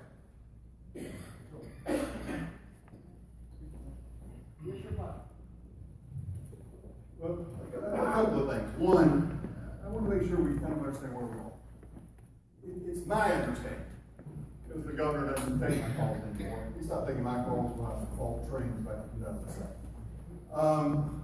Is that this community has made it very clear, the citizens, the elected officials, and the business community, that this plan doesn't work. And we need it to be canceled. And we will then deal with the proper process, whatever that is. We're not asking to be put ahead of anybody. We're saying we trust the new STI, put us in there. And so in conversations, the governor is saying, we had a process. Everybody agreed to this, and you can't cancel the contract. I've heard that over and over again. Everybody agreed, and you can't cancel the contract. Everybody agreed, you can't cancel the contract. Well, many of the people who agreed have now changed their mind or been voted out of office. So now you have almost complete unanimity against this. So everybody now disagrees, and you can cancel the contract. And what he's saying is that he needs some support from the group that did that, CRTPO. So to me, this is very similar to a non-binding referendum. Yeah, look, the governor, it says right here, Article 19, termination. NCDOT may terminate this agreement in whole, but not in part, if NCDOT determines in its sole discretion. Okay. This contract can be canceled if NCDOT determines to cancel it in its sole discretion. CRTPO does not need to vote to cancel this. The legislature does not need to vote to cancel this. The governor, the executive branch, can direct NCDOT, which they report to him, that's my knowledge, to cancel this. Now he has to go back to the legislature and go, now how are we going to deal with the payment of it? And that's these gentlemen's problem. But he can do it alone. So he's saying, give me another shot at this, give me support. I think it's a bit cowardly, but it's part of the process, so it's reasonable to ask. So when you have 23 or 28 members of CRTPO, I don't think this should be a weighted vote, because this isn't a contract. This isn't about anything that they're doing. It is an opinion that the governor is saying, I've heard from the community, let me hear from a wider community. So I think it's, if you know, half of CRTPO votes for this and not Viola and not Jennifer Roberts. And I have to tell you, I am a tad disappointed that Charlotte decided not to be a part of this. I don't know how I am always a part of Charlotte until it isn't agreeing with them, and then I'm not a part of the region. So I am woefully disappointed that Charlotte doesn't think they need to come to be part of this conversation and to tell you their point of view. But that's their choice. We can do that. So the question is, what does CRTPO do? I think they say, you know what, we've heard from these people, we looked at it, we've seen what the representatives have said, and it's a difference. This plan is not what we originally thought it was going to be. So when you talk about whether she's here or not, I don't think she represents 45% of it. She only represents 45% of it if Governor McCrory says that Violet's opinion is more important than everybody else's.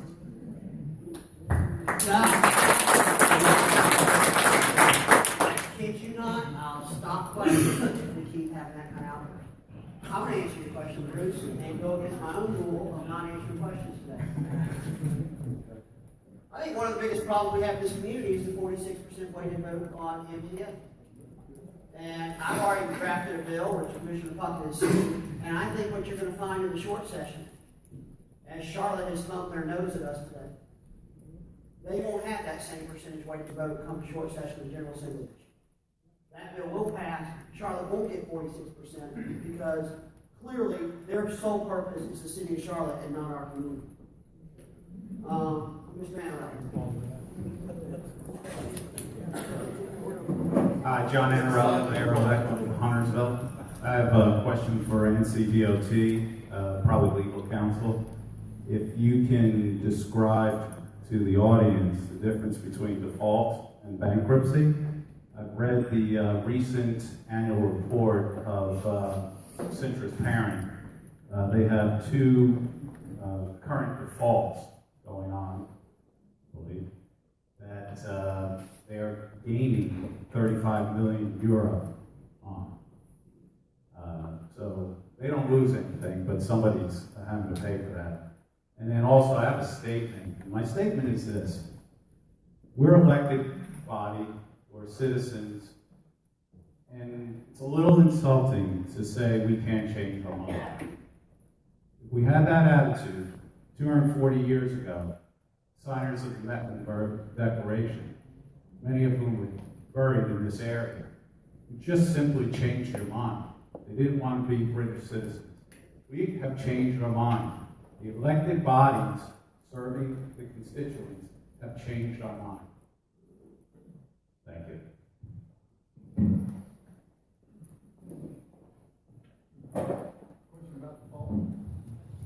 Question was about the fault. We're gonna let Rod Rochelle from DOT handle this first. For the record, I am not general counsel. So bankruptcy, if you will, is a form of default. But with this arrangement, we actually have an added layer of protection that we normally don't have. That is the lenders. So the lenders are harmed first. And so the lenders have an opportunity. First of all, if there's a declaration of default in the contract, we give that notice to our partner. They then have some time to cure that default, depending on what the nature of the default is. If they elect not to cure that default, or they cannot cure that default, then the lenders have the right to come in and say, you are under default contract. We are taking over this project. We're going to find a new operator to manage and complete the project if it's not completed, manage the project and operate under the terms of the contract. If they do not find a new operator, this is the lender's now, then the DOT gets the rights to toll the facility or operate the facility in the manner in which we choose at such time. So that's a typical default arrangement. Bankruptcy is entirely different. Bankruptcy, we end up getting the facility, but there's no recourse whatsoever on debt. So the lenders, they'll go to bankruptcy court and it'll be worked out between our partner, I-77 mobility partners, and the lenders.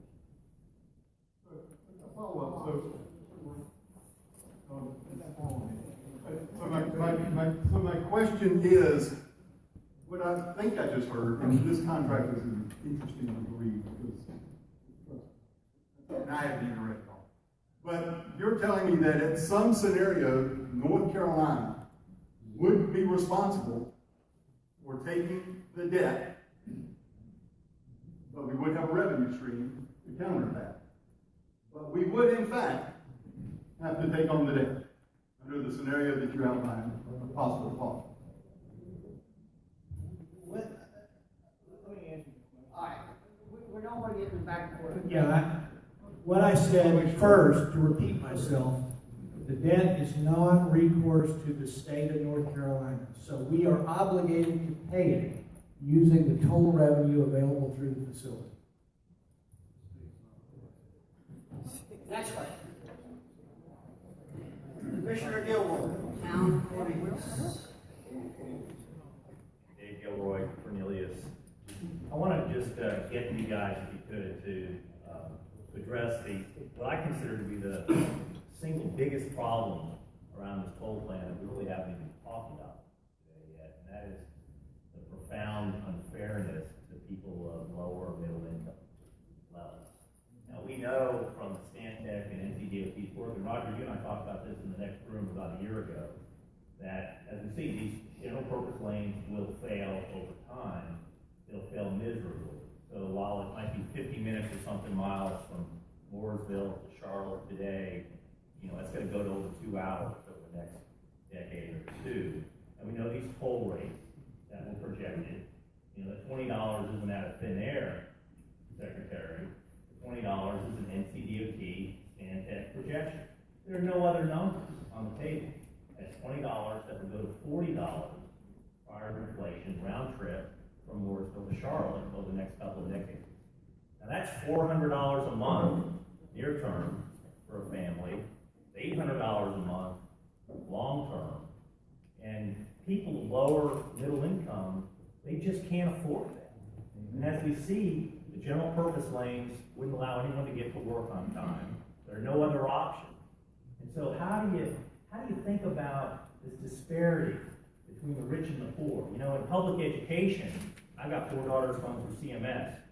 No one allows me to write a $2,000 check every semester in order to have one of my daughters sit in the front row or to choose the best teacher, right?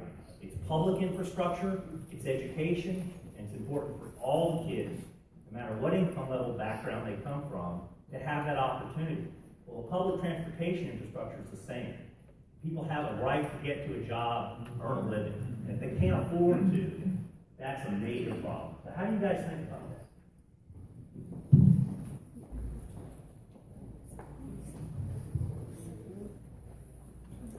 I think about it the same way I think about a lot of transportation, and that is that in the 100 years we've had the gas tax, it was a pretty good run as a way to pay for it. And in the current environment where nobody's going to raise federal gas tax, and there are other sources for revenue, and we are talking about building facilities that are used at the peak hour in the most expensive part of the state, to think that we would not ask for a user fee share of adding those facilities ignores a whole lot of realities about how we are going to pay for transportation. The charge that these lanes are somehow not available because of a $20 toll ignores, as I said when I was doing my presentation, the question of whether you need to use the toll lane the whole way in any case. I mean, we've already seen the fact that the traffic volume throughout the corridor is not uniform. So this math problem that we get into of using $20 and then multiplying times every day ignores several alternatives, one of which would be an HOV, one would no cost at all. Another would be the function of dealing with where people are commuting to and from and what times they commute. So when you ask me, what do I think about this? I think it's like every other public policy question, and that is to say there are strong needs on all sides of the issue. And there are strong questions and strong values trying to be accomplished. But when we only think about transportation, we ignore a whole lot of other public goods that we're all trying to supply.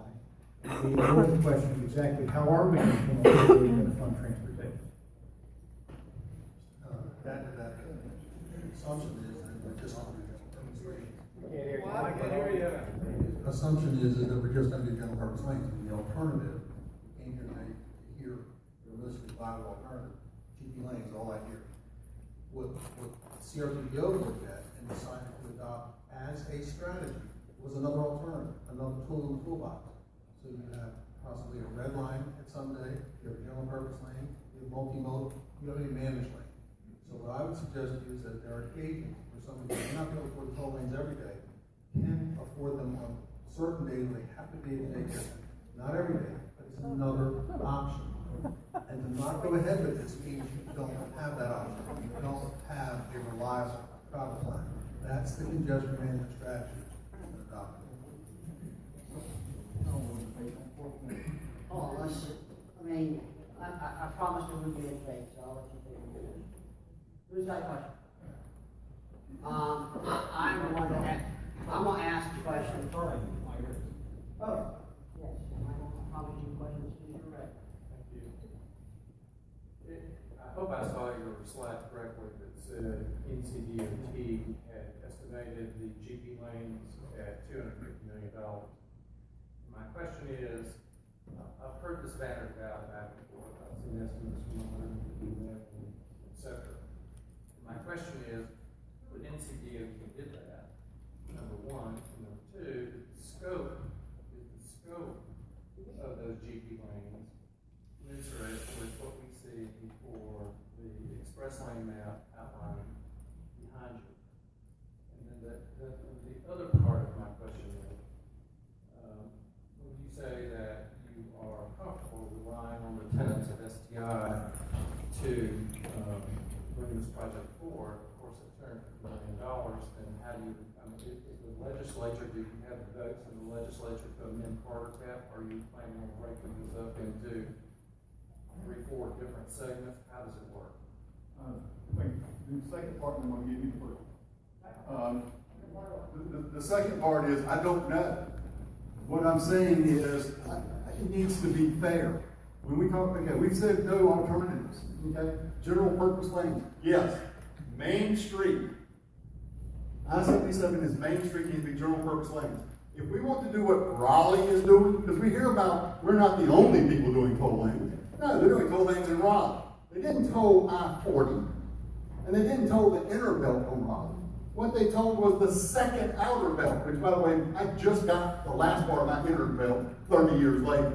So I'm feeling a little put off up there. If you want to build additional capacity, if you want to go east of Huntersville, Cornelius, and Davidson, and build a toll lane that allows you to bypass this area, great.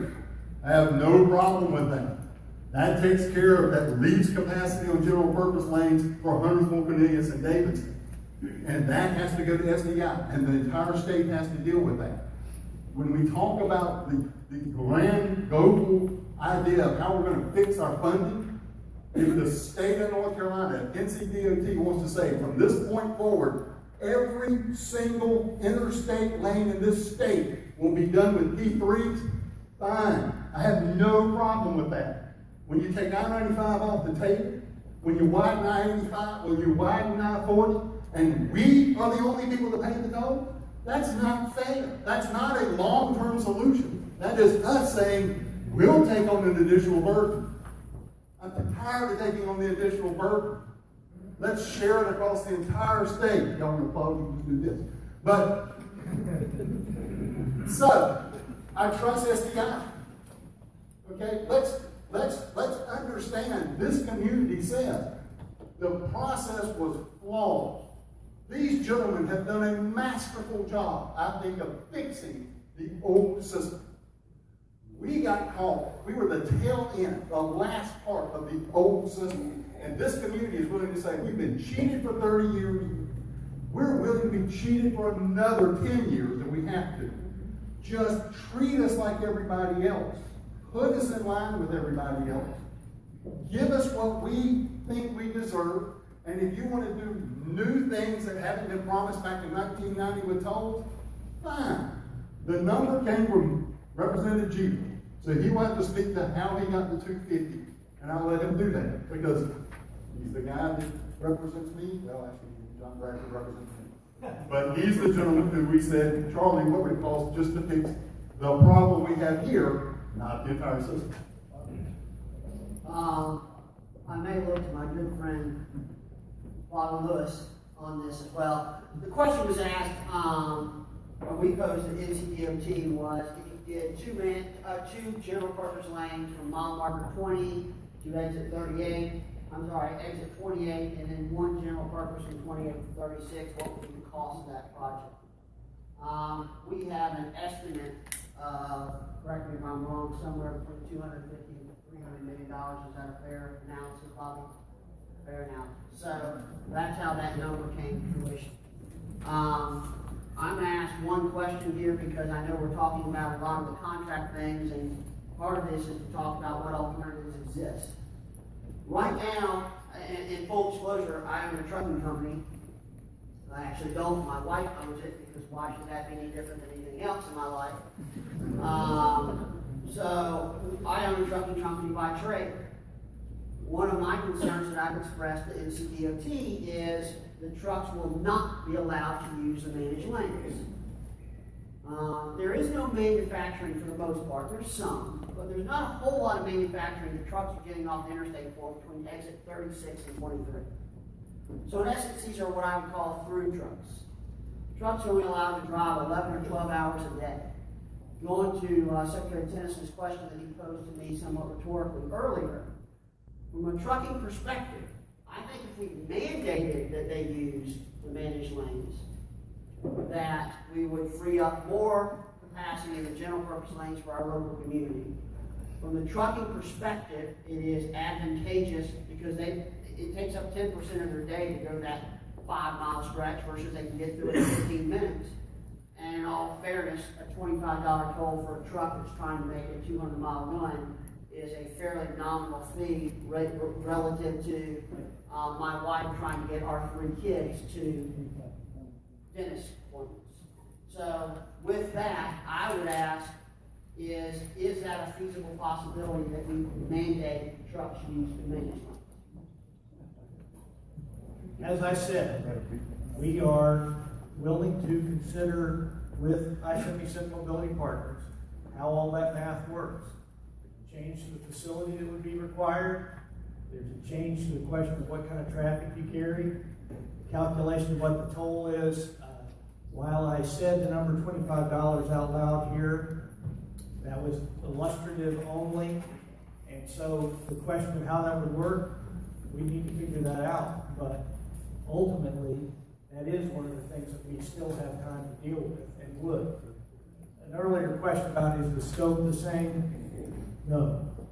It's 15 miles compared to 26 or 27.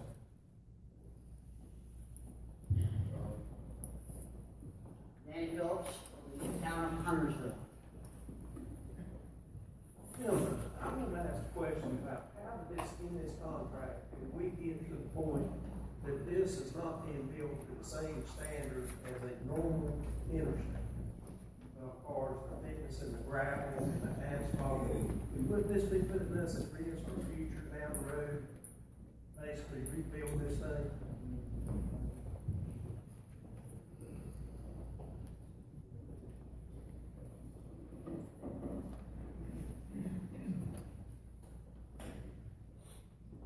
This is built to interstate standards, shoulder widths, lane widths, pavement thickness, we design on a project-by-project basis. We have a standard pavement thickness for all of our projects, that's graceful. So to stretch our resources, we design the pavements to carry the loads that they're intended to carry, period. As the contract is constructed, heavy trucks are not permitted. So we design the pavement with that in mind. If change is made that we're going to allow heavy trucks or even medium-sized trucks, we'll have to revisit that pavement.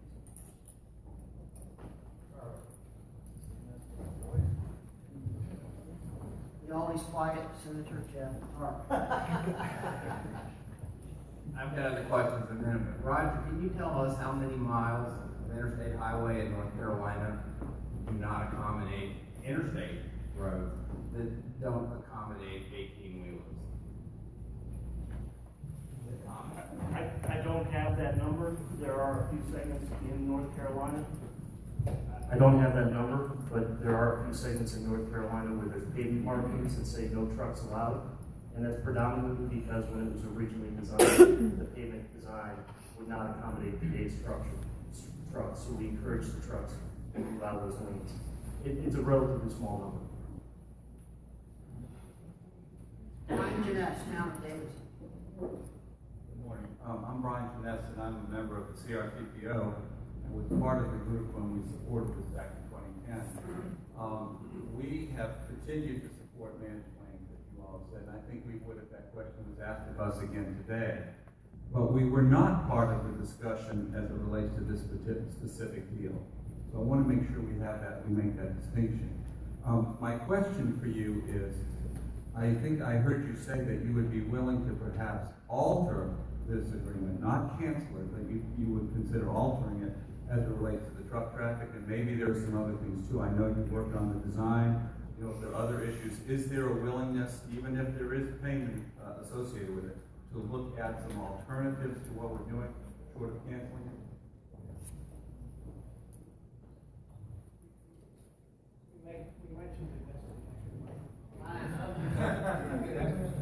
We would have to pay a toll, we couldn't afford it.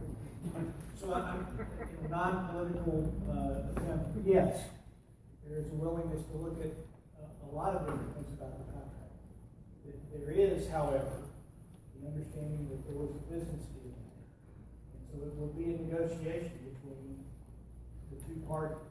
I can't tell you we can compel it, but a change to the standard, the original standard developed based on a previous policy decision, is certainly something we can do. When you think about that, Brian, when you think about what I said earlier about you cancel this contract and waste $100 million plus minus.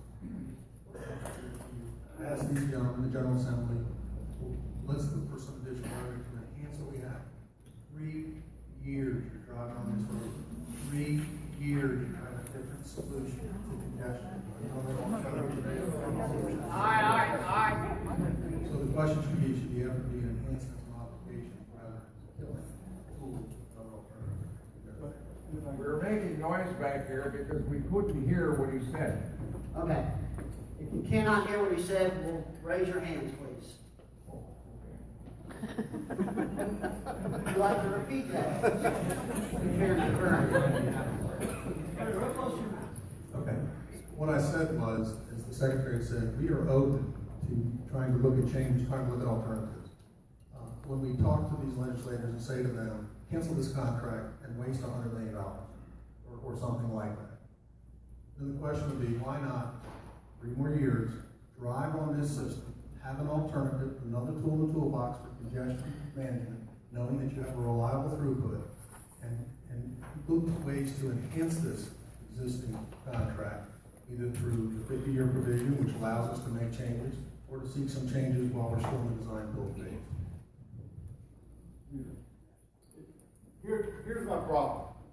And I'm a guy who's willing to negotiate. I've been in elected office for almost 20 years. I was in the majority too. And one of those, I wasn't really even in the majority. So I have to know how to negotiate and compromise.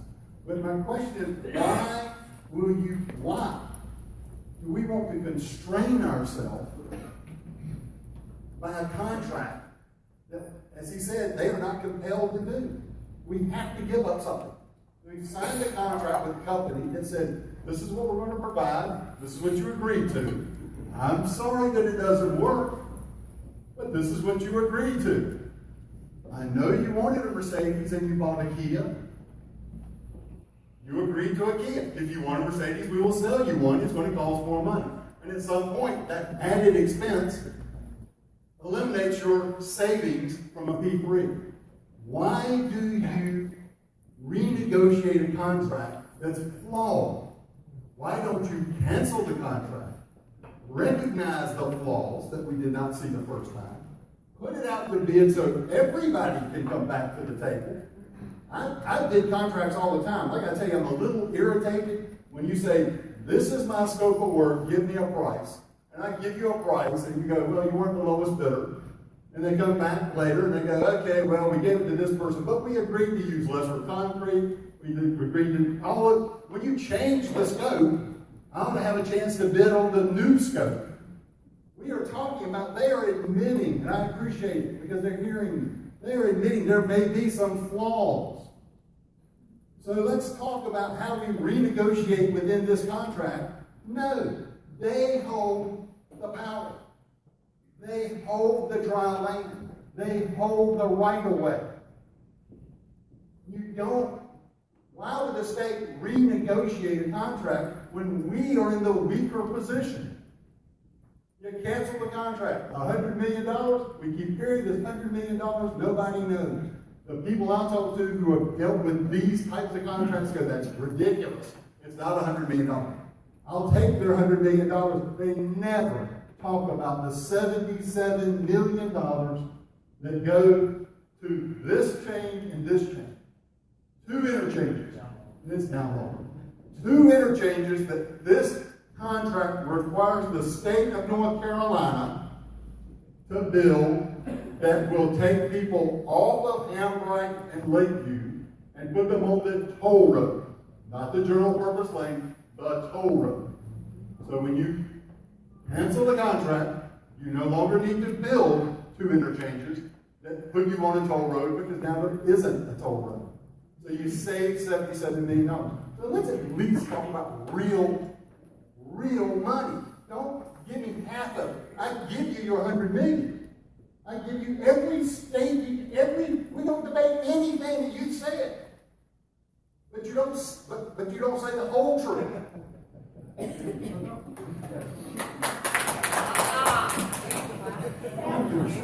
No, it doesn't. I'm not kidding. We'll finish this right now. We were trying to get through this conversation. Might as well. Well, that's your choice.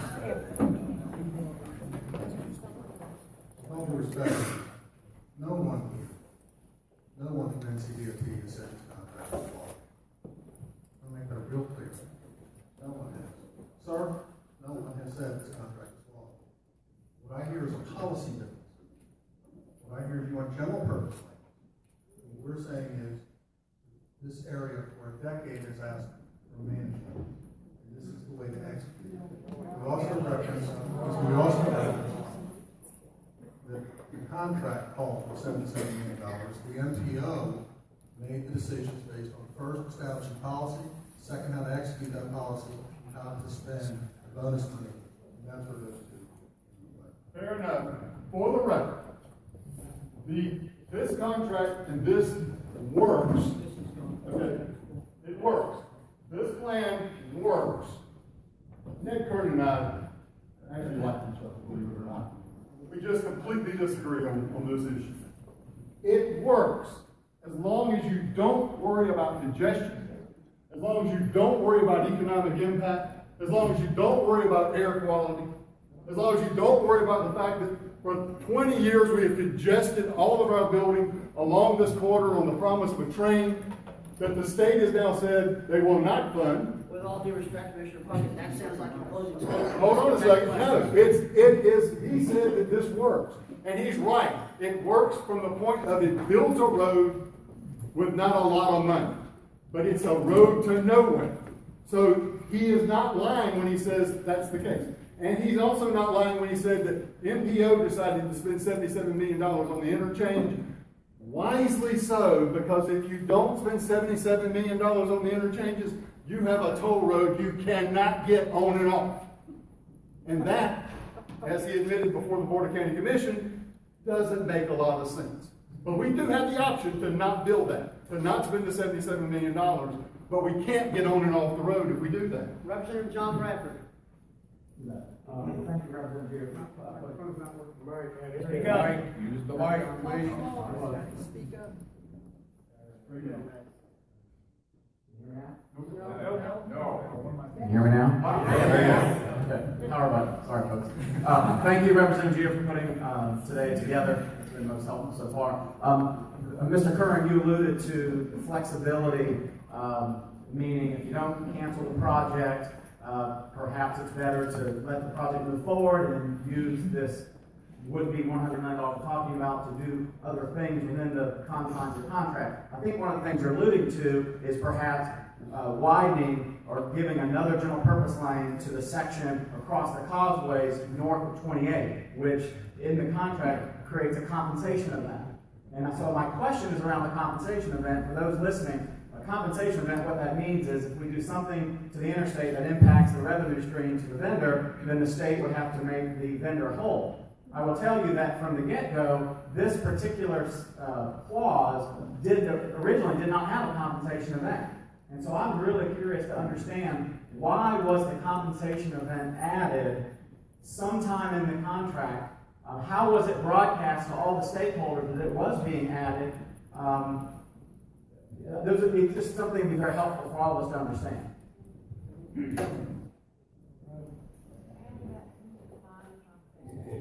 We have an addendum to the question from Beth Cashin. Just for my curiosity, can you define what that means? What this compensation?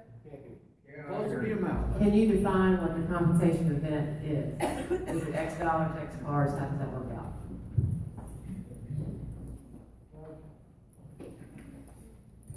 Okay, a few questions. Compensation event is essentially a supplemental additional cost. It can be a negative compensation event, but additional cost to the private party. What is the definition? How much revenue is lost before? Yes, so now a compensation event specific to what we call an unplanned revenue impact facility. we can do anything that we want to up and down the corridor. If we add a general purpose lane in that section, as an example, 28 to 36, then it's up to the developer to do the analysis, and they have to prove to us, through audited financial records and so forth, that their revenue has in fact been impacted by us adding a general purpose lane in that vicinity. If they do that, then we have to concur, and then there's a compensation. We owe them that compensation. Now, Is there a band? I mean, how do you calculate numbers around that? it's based on complex traffic and revenue projections, as well as looking back at what the traffic and revenue has done over the last years.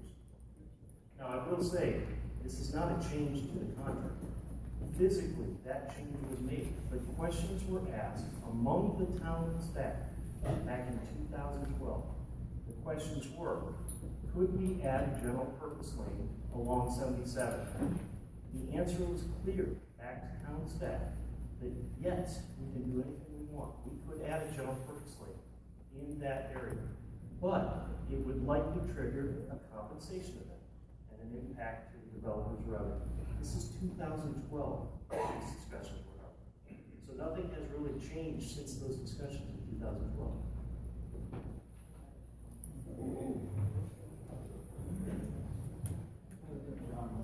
Mayor Chuck Travis, Cornelius.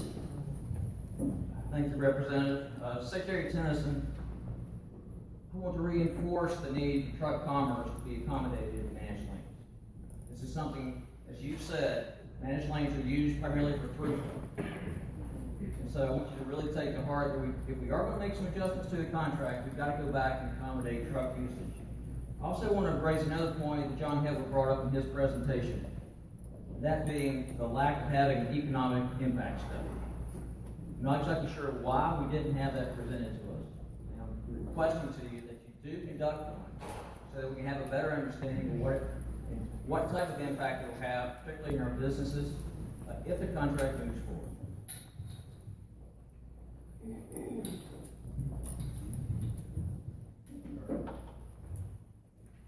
Senator Jeff Hart. Okay, I may not give this up from here out. The couple things to understand from the project, and I've been involved with this since 2008, and we go through the chronology of how we got where we are. But the basic gist is two premises. One is to solve congestion and provide congestion relief through this corridor, and we are at ground zero where we're sitting today. The second premise that drove moving this direction was the statement repeatedly from NCDOT and the state, now sitting as an elected official, that we have no money, no funds available to widen I-77 for the next 25 to 30 years. Those are simple two statements.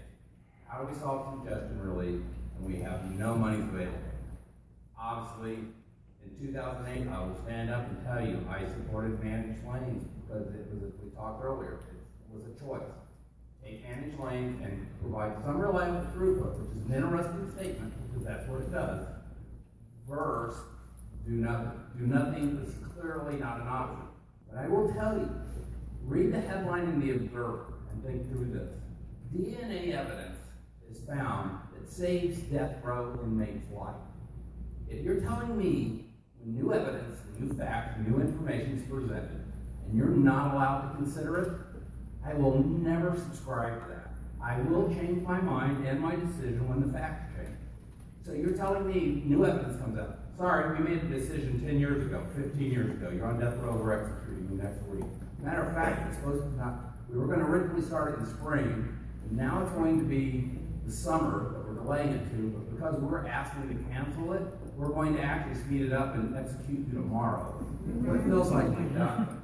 Now, two things to help them and sharing information. Why, in this road, I believe, and somebody can correct these statements as I go through, we've never voted on this road. It drives me nuts to hear two statements. One is we asked for managed lanes. No, we didn't ask for managed lanes. We asked for a solution to solve congestion. You said you have two options, pick one. That's not an ask. Second is, if we don't stop saying we're wasting $100 million. We do not know it's $100 million. That's a good guesstimate from you guys. We have the state auditor with subject matter experts working to calculate this number, as we said, in discussions with her over the weekend, to see if we can come up with a reasonable number. But I'm still going to subscribe to what the chamber's put together, that it's not $100 million out of pocket. What will be the total net cost? That has to be the real dollar we look at. So with the things that I'm having problems with the funding is because back almost a year ago, maybe 9-10 months ago, you guys came to the legislature and said, we're now going to request a $1.4 billion transportation bond fund. We got money. Lee Roberts, our state auditor, stood up and said we have debt capacity. I get the difference between fund balance and the debt capacity, Secretary. And that's not a disingenuous comment to say we paid down a $2 billion state budget, that turned it into $400 million surplus. We paid almost $3 billion unemployment. It's not to say those funds are available. It changes our debt capacity, not which bucket of money we're using. That's why, as late as Friday, I mean, we get an announcement from the governor, and we're going to tout it as a legislature throughout the state with the senators, that we're now going to have an additional $700 million of funds available, and we're going to have $4.5 billion over the next 10 years to expedite 92 projects. We are not asking to jumpstart this and move money around for this project. Redefine where the need is, score it in the SDI, and let it fall where it may. But if we've got almost $5 billion of funds for roads, let this rank where it does. So that has changed. The funds have changed. What I don't understand are some of the problems or issues that we need to address. One we talked about last week was the single mile, the single lane from the Causeway to Morrisville. We said that it will be bollards, plastic bollards. But to go through them, you will damage your vehicle. So if we have an accident in that single lane is bollards, that traffic has no way to get out of that until that accident is cleared. That is a safety issue and a travel issue, from my perspective. We talk about egress, ingress. The reason we mentioned it is because when you build a McDonald's in exit 28, you build a cash and gas station, you have a Days Inn, and all of it, you built it on that exchange so you get travel through. I'm not going to stay at the Days Inn that I live a mile and a half from on that exit. You need the commerce and the traffic to go through, but we're going to build a wall effectively that says you no longer can use these businesses. That's a problem, the way the way congestion relief is the question of the day. Because ultimately that's all we're trying to solve. What's the answer to congestion? And you said we've got an answer to reliable throughput. Great. That I'd like you guys to talk to. What's the volume of traffic that the managed lanes will take out of the GP lanes over the next 7, 15, or 20 years? Because it sounds like we're not planning to do GP lanes anytime soon. You told me last week the average travel time speed between Charlotte and Mooresville, I'm going to put you guys on the spot, is currently 28 miles an hour. How are we going to improve that in the next 10 years? Because the last piece of this, solving the congestion rate, you keep saying, well, it'll fill up in 7 to 10 years. That same logic applies, don't take a bath, you'll just get dirty again. Of course they're going to fill up eventually. But the immediate need is taking people who can move in those 2 GP lanes, more than 28 miles an hour. Traffic at rush hour going less than 10, stop and go. We're not addressing the problem. We're providing an alternative that people can pay for. It's good. Where's the congestion relief solution in this? Sorry for the diatribe, but I think I just wanted to have a sense of 2 issues. Money, we have it now. Money we have now. The congestion relief we haven't solved. We need an answer.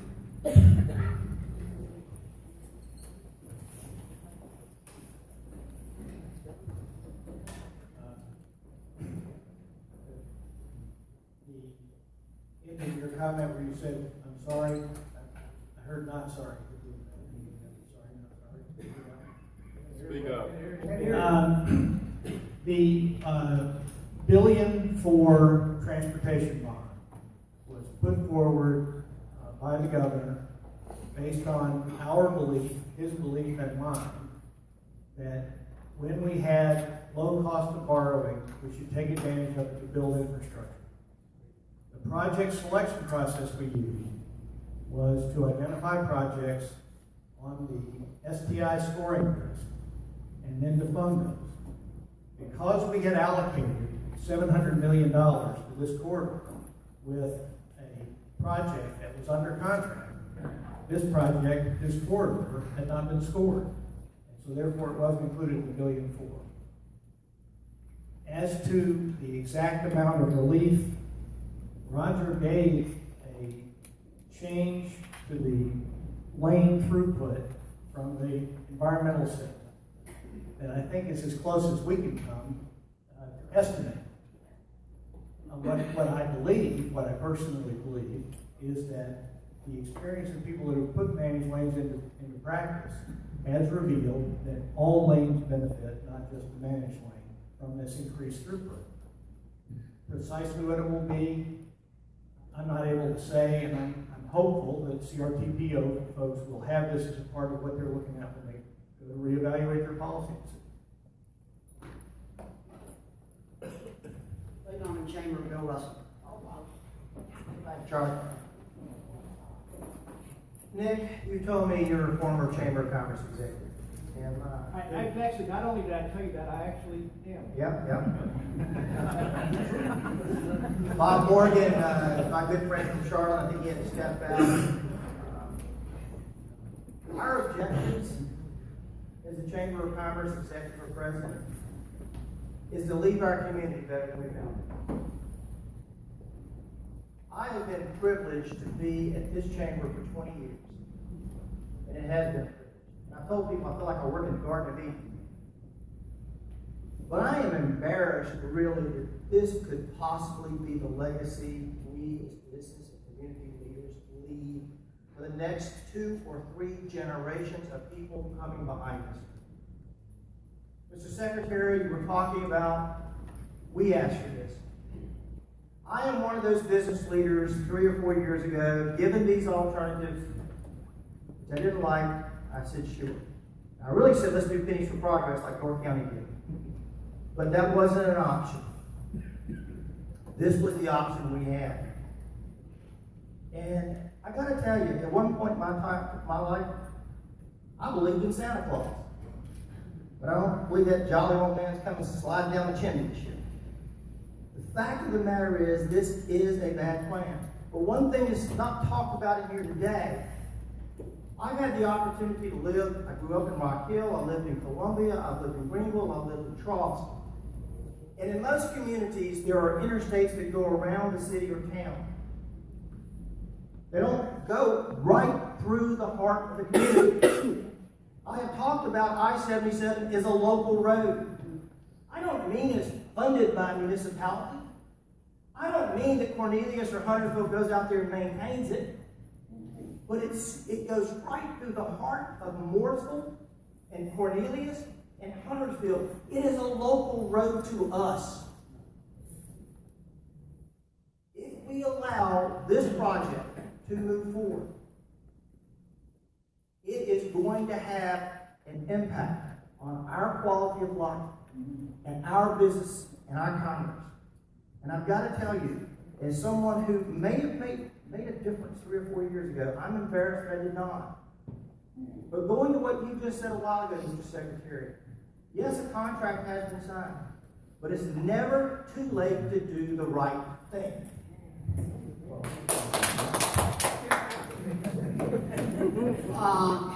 going to have one quick question. One question was asked, I just want to make sure I understand this. I was handed a question that said, any improvements to 21 and 115 are non-compensational, that's correct? Unless we turn them into improvements. Unless we turn them into interstates, you can improve 21 and 115 without making a compensation event. I promised my good friend, Representative Beverly Earl, a question. Thank you. My question is 2 parts. One, going backward. I'd like to know who was responsible for negotiating this bad contract for the state. As far as names and all go. And also, once some of these details were put into the negotiation, was there ever any consideration, or maybe it happened and I didn't know it, to come back to the community and actually get some input. And my other question is going forward and cutting through the chase. I would like to know what's the next step. DOT seems very adamant that they have not made a mistake and they are not going to cancel this contract. So I would like to know what's the time frame, what's the next step as far as moving forward. Thank you. I'll answer the second question, and I'll let DOT answer the first question. The answer to the second question is, myself, as well as with any other elected and business leaders who want to, will officially request that CRTPO vote on this project again at the December meeting. Or the next meeting, whatever that is going to be. We are going to ask them to do, in essence, what DOT has stated, what numerous people have stated. We want them to look at this project not as part of a cumulative overall P4, and tell us if this is what they want to do. We want an actual vote at the next CRTPO meeting. We will officially request that. My guess is it'll come from several legislators, as well as several community leaders as well. We will officially present that letter later this week. As to the first question, I'm responsible for the contract. I am the person responsible for the contract. If there are any flaws in it, an assertion I don't accept. If there are any flaws in it, I'm responsible for that. One modification to what has just been, or clarification of the extent that we were imputed to have asked for a vote in January, that would not be accurate. I do not believe that a newly constituted CRTPO has any chance of giving meaningful consideration to the regional transportation decision they made. And if they don't make it in the context of a regional transportation decision, then I think they are making a drastic mistake. Representative John Bradford, follow-up question. Yes, I'm actually going back to the compensation event, Roger. I appreciate the spirit of your trying to answer my question. But let me read something from a technical, so someone who's on the technical coordinating committee of CRTPO. I want to read this, and then maybe this will help you better understand why I'm asking the question. It basically says that while the contract language was being drafted, the TCC subcommittee and the NCDOT Centra agreed that any future transportation project within the I-77 toll corridor that was listed in the CTP and the LRTP and other government-approved documents would not create a compensation event whereby NCDOT would need to pay Centra for the rights to construct these particular projects. All the earlier versions of the contract maintain this language. However, unbeknownst to the TCC committee, the final version of the contract contained language that stated that adding general purpose lanes from exit 28 to 36 would indeed qualify as a compensating event, and it was the only exception that was listed. The subcommittee found out after the contract was executed. So I go back to, why was the compensation for that particular section added to the contract, and when was it properly broadcast to the stakeholders? Because we have a real conflict in information. Unless you really want to answer that question, we've got 9 minutes left. You do really want to answer that question. Roger Shell, NCDOT. The determination that adding general purpose lanes along I-77 predates the discussion that you're talking about. Probably the same individual asked that question back in 2012. Can we add general purpose lanes? And I'm glad to read the question and response. I'm not going to take the time to do that. I can share this with you later. So, to be consistent with that early determination, changes were made to that unplanned revenue impacting facility definition. I will also add that 2 other changes before that change were made, or rather subsequent to that change, were made on behalf of that town's request as well. This is like the bullet below it and the bullet below that. So the same changes were made to that exact same definition later. We have 7 minutes. There are no more questions. I'm sorry. What we are going to do now. All right, Representative John Fraley. Thank you. I think everyone generally agrees that if there was a contract cancellation, that there will be some type of penalty or cost involved with it. The amount to be determined. My question is, if that were to be the case, who makes the decision on who pays for it? Is it DOT makes the decision? Does the legislature make the decision? Where does that decision get made as to how that cost is going to be covered? And then secondly, if there, when you look at that cost,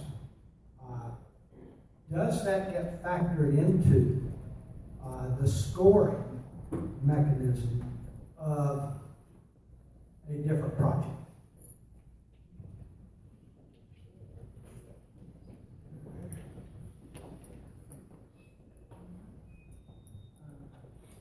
The funds expended on a particular project for that project, design funds, can be charged to that project. So if we are compensating for design work that's done, then I believe we would be able to just charge the design work for which we're paying. In other words, money that was expended that we're compensating as a cancellation penalty. You did this work in full expectation you could get to complete the contract. We cancel it for no fault of your own, therefore we pay you for money out of pocket. That money, I think, goes to the same account, statewide interstate funds from the trust fund. Money from a penalty, it's not clear at all where that would come from. If we get it adjudicated, ultimately the state will be forced to pay it. But again, the decision about where that would come from, ultimately, I would say, would be in the hands of the legislature. Where would you want it to come from? Where would you and your colleagues, more precisely, want it to come from? Another part of that question. The second part was, people have talked about plus or minus $100 million. When you get cost, what does it cost? Does it score on the next project? Does that get added to the cost of that project? Right. We would be doing an estimate of the revenue impacting basis of a new project, and that would be included in the cost of the project to be scored.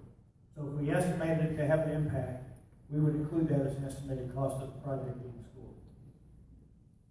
So if the $250, $300 million number that was bounced around for general purpose loans is accurate, and if there was a penalty of $100 million, the cost of the project that would be put into the scoring would then be $350 to $400 million.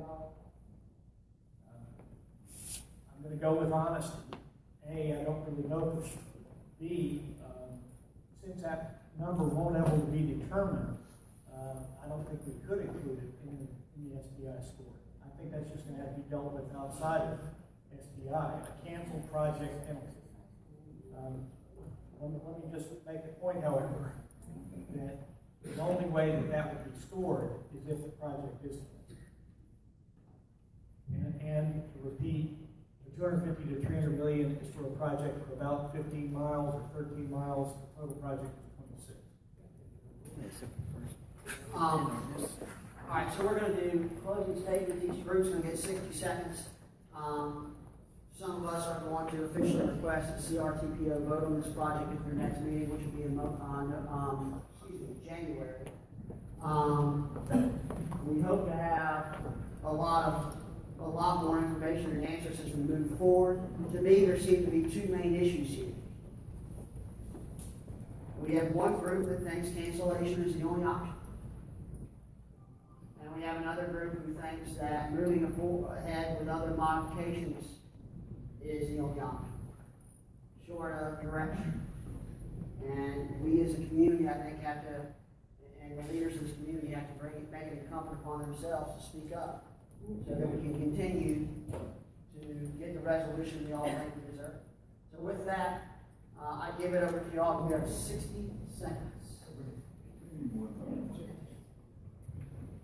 I'm gonna turn it over to Jeff, and I did want to say one thing, and Secretary Tennyson, I appreciate you recognizing you have been involved as many of us have, but I want to make one clear point that you had mentioned. I just want you to make sure it's clear.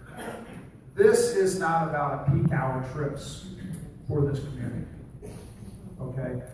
We back up on Saturday and Sundays at 2 o'clock in the afternoon. It's a different story, so please consider that. 25 years we've waited for roads, okay?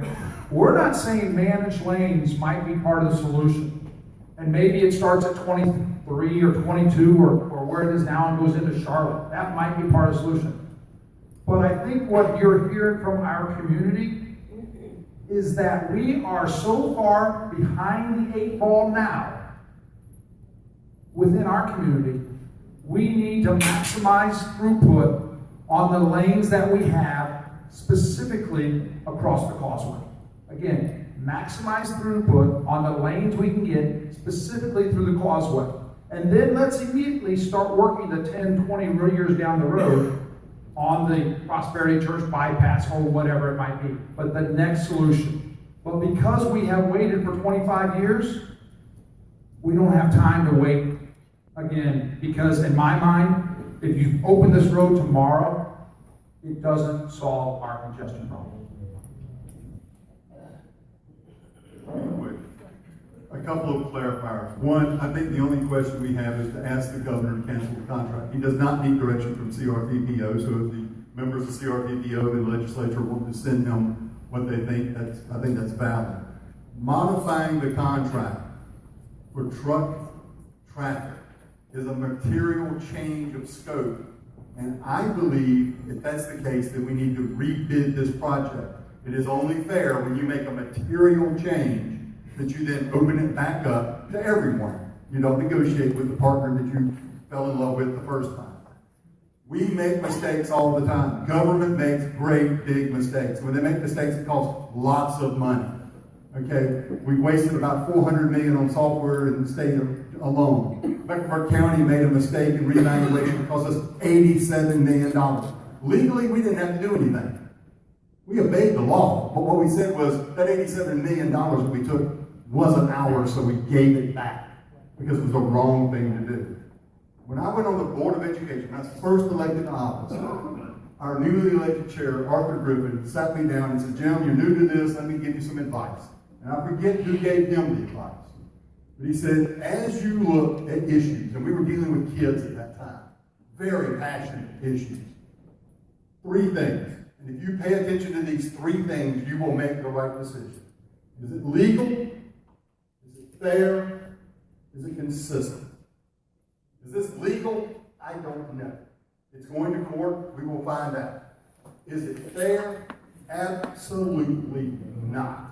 We are the only communities in North Carolina currently looking at handing over our right-of-way and our capacity to a company, not the state. Is it consistent? Absolutely not. Cabarrus County, widen roads. Gaston County, widen roads. We can't take credit for York County, but you know what? They're smarter than we are. Columbia is smarter than Raleigh. They widened their roads and made access to this economic engine. We strangled it. This has been, come on, Mark. You do the cop, aim, and fire. This is the classic cop, fire, and aim. Oh, now we need to go back and do some adjustment because we didn't aim to begin with. You, as a business person, the smartest thing you learn is the day to say, I made a decision, cut my losses, start anew. The more you try and fix a mistake, the costlier it gets and the uglier it gets. Tweaking this into something better will not fix it. Cancel it, and let's turn it over to NCDOT and trust them. The statement that's just been made reflects an opinion based on the evaluations of somebody who's clearly very intelligent. I disagree with almost everything we have to say. I assert that those are feelings and decisions I've reached, if not in the same capacity, something approaching. And so I say to you that in particular, as to the question of whether a governor ought to overrule in any way the decisions reached by the Metropolitan Planning Organization is not consistent with the way the system is supposed to work, and it's not good governance.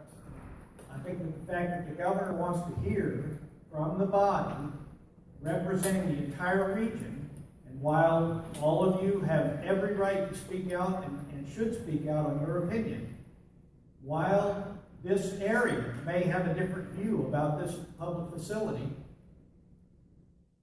when you get down to it, this is a regional decision about the entire region, and that's the body that should speak. When they do, we will then attempt to execute whatever policy decision has been made. I appreciate the opportunity to be here today. Thank you.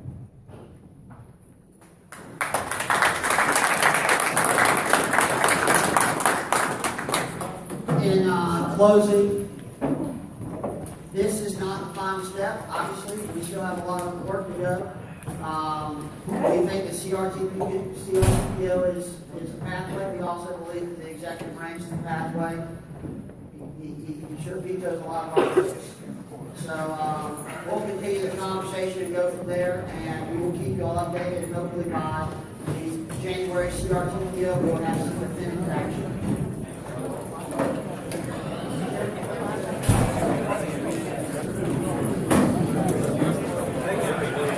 Hey, Greg. How are you? How you doing? Hey, Black. Good to see you. I'm Bill Brooks.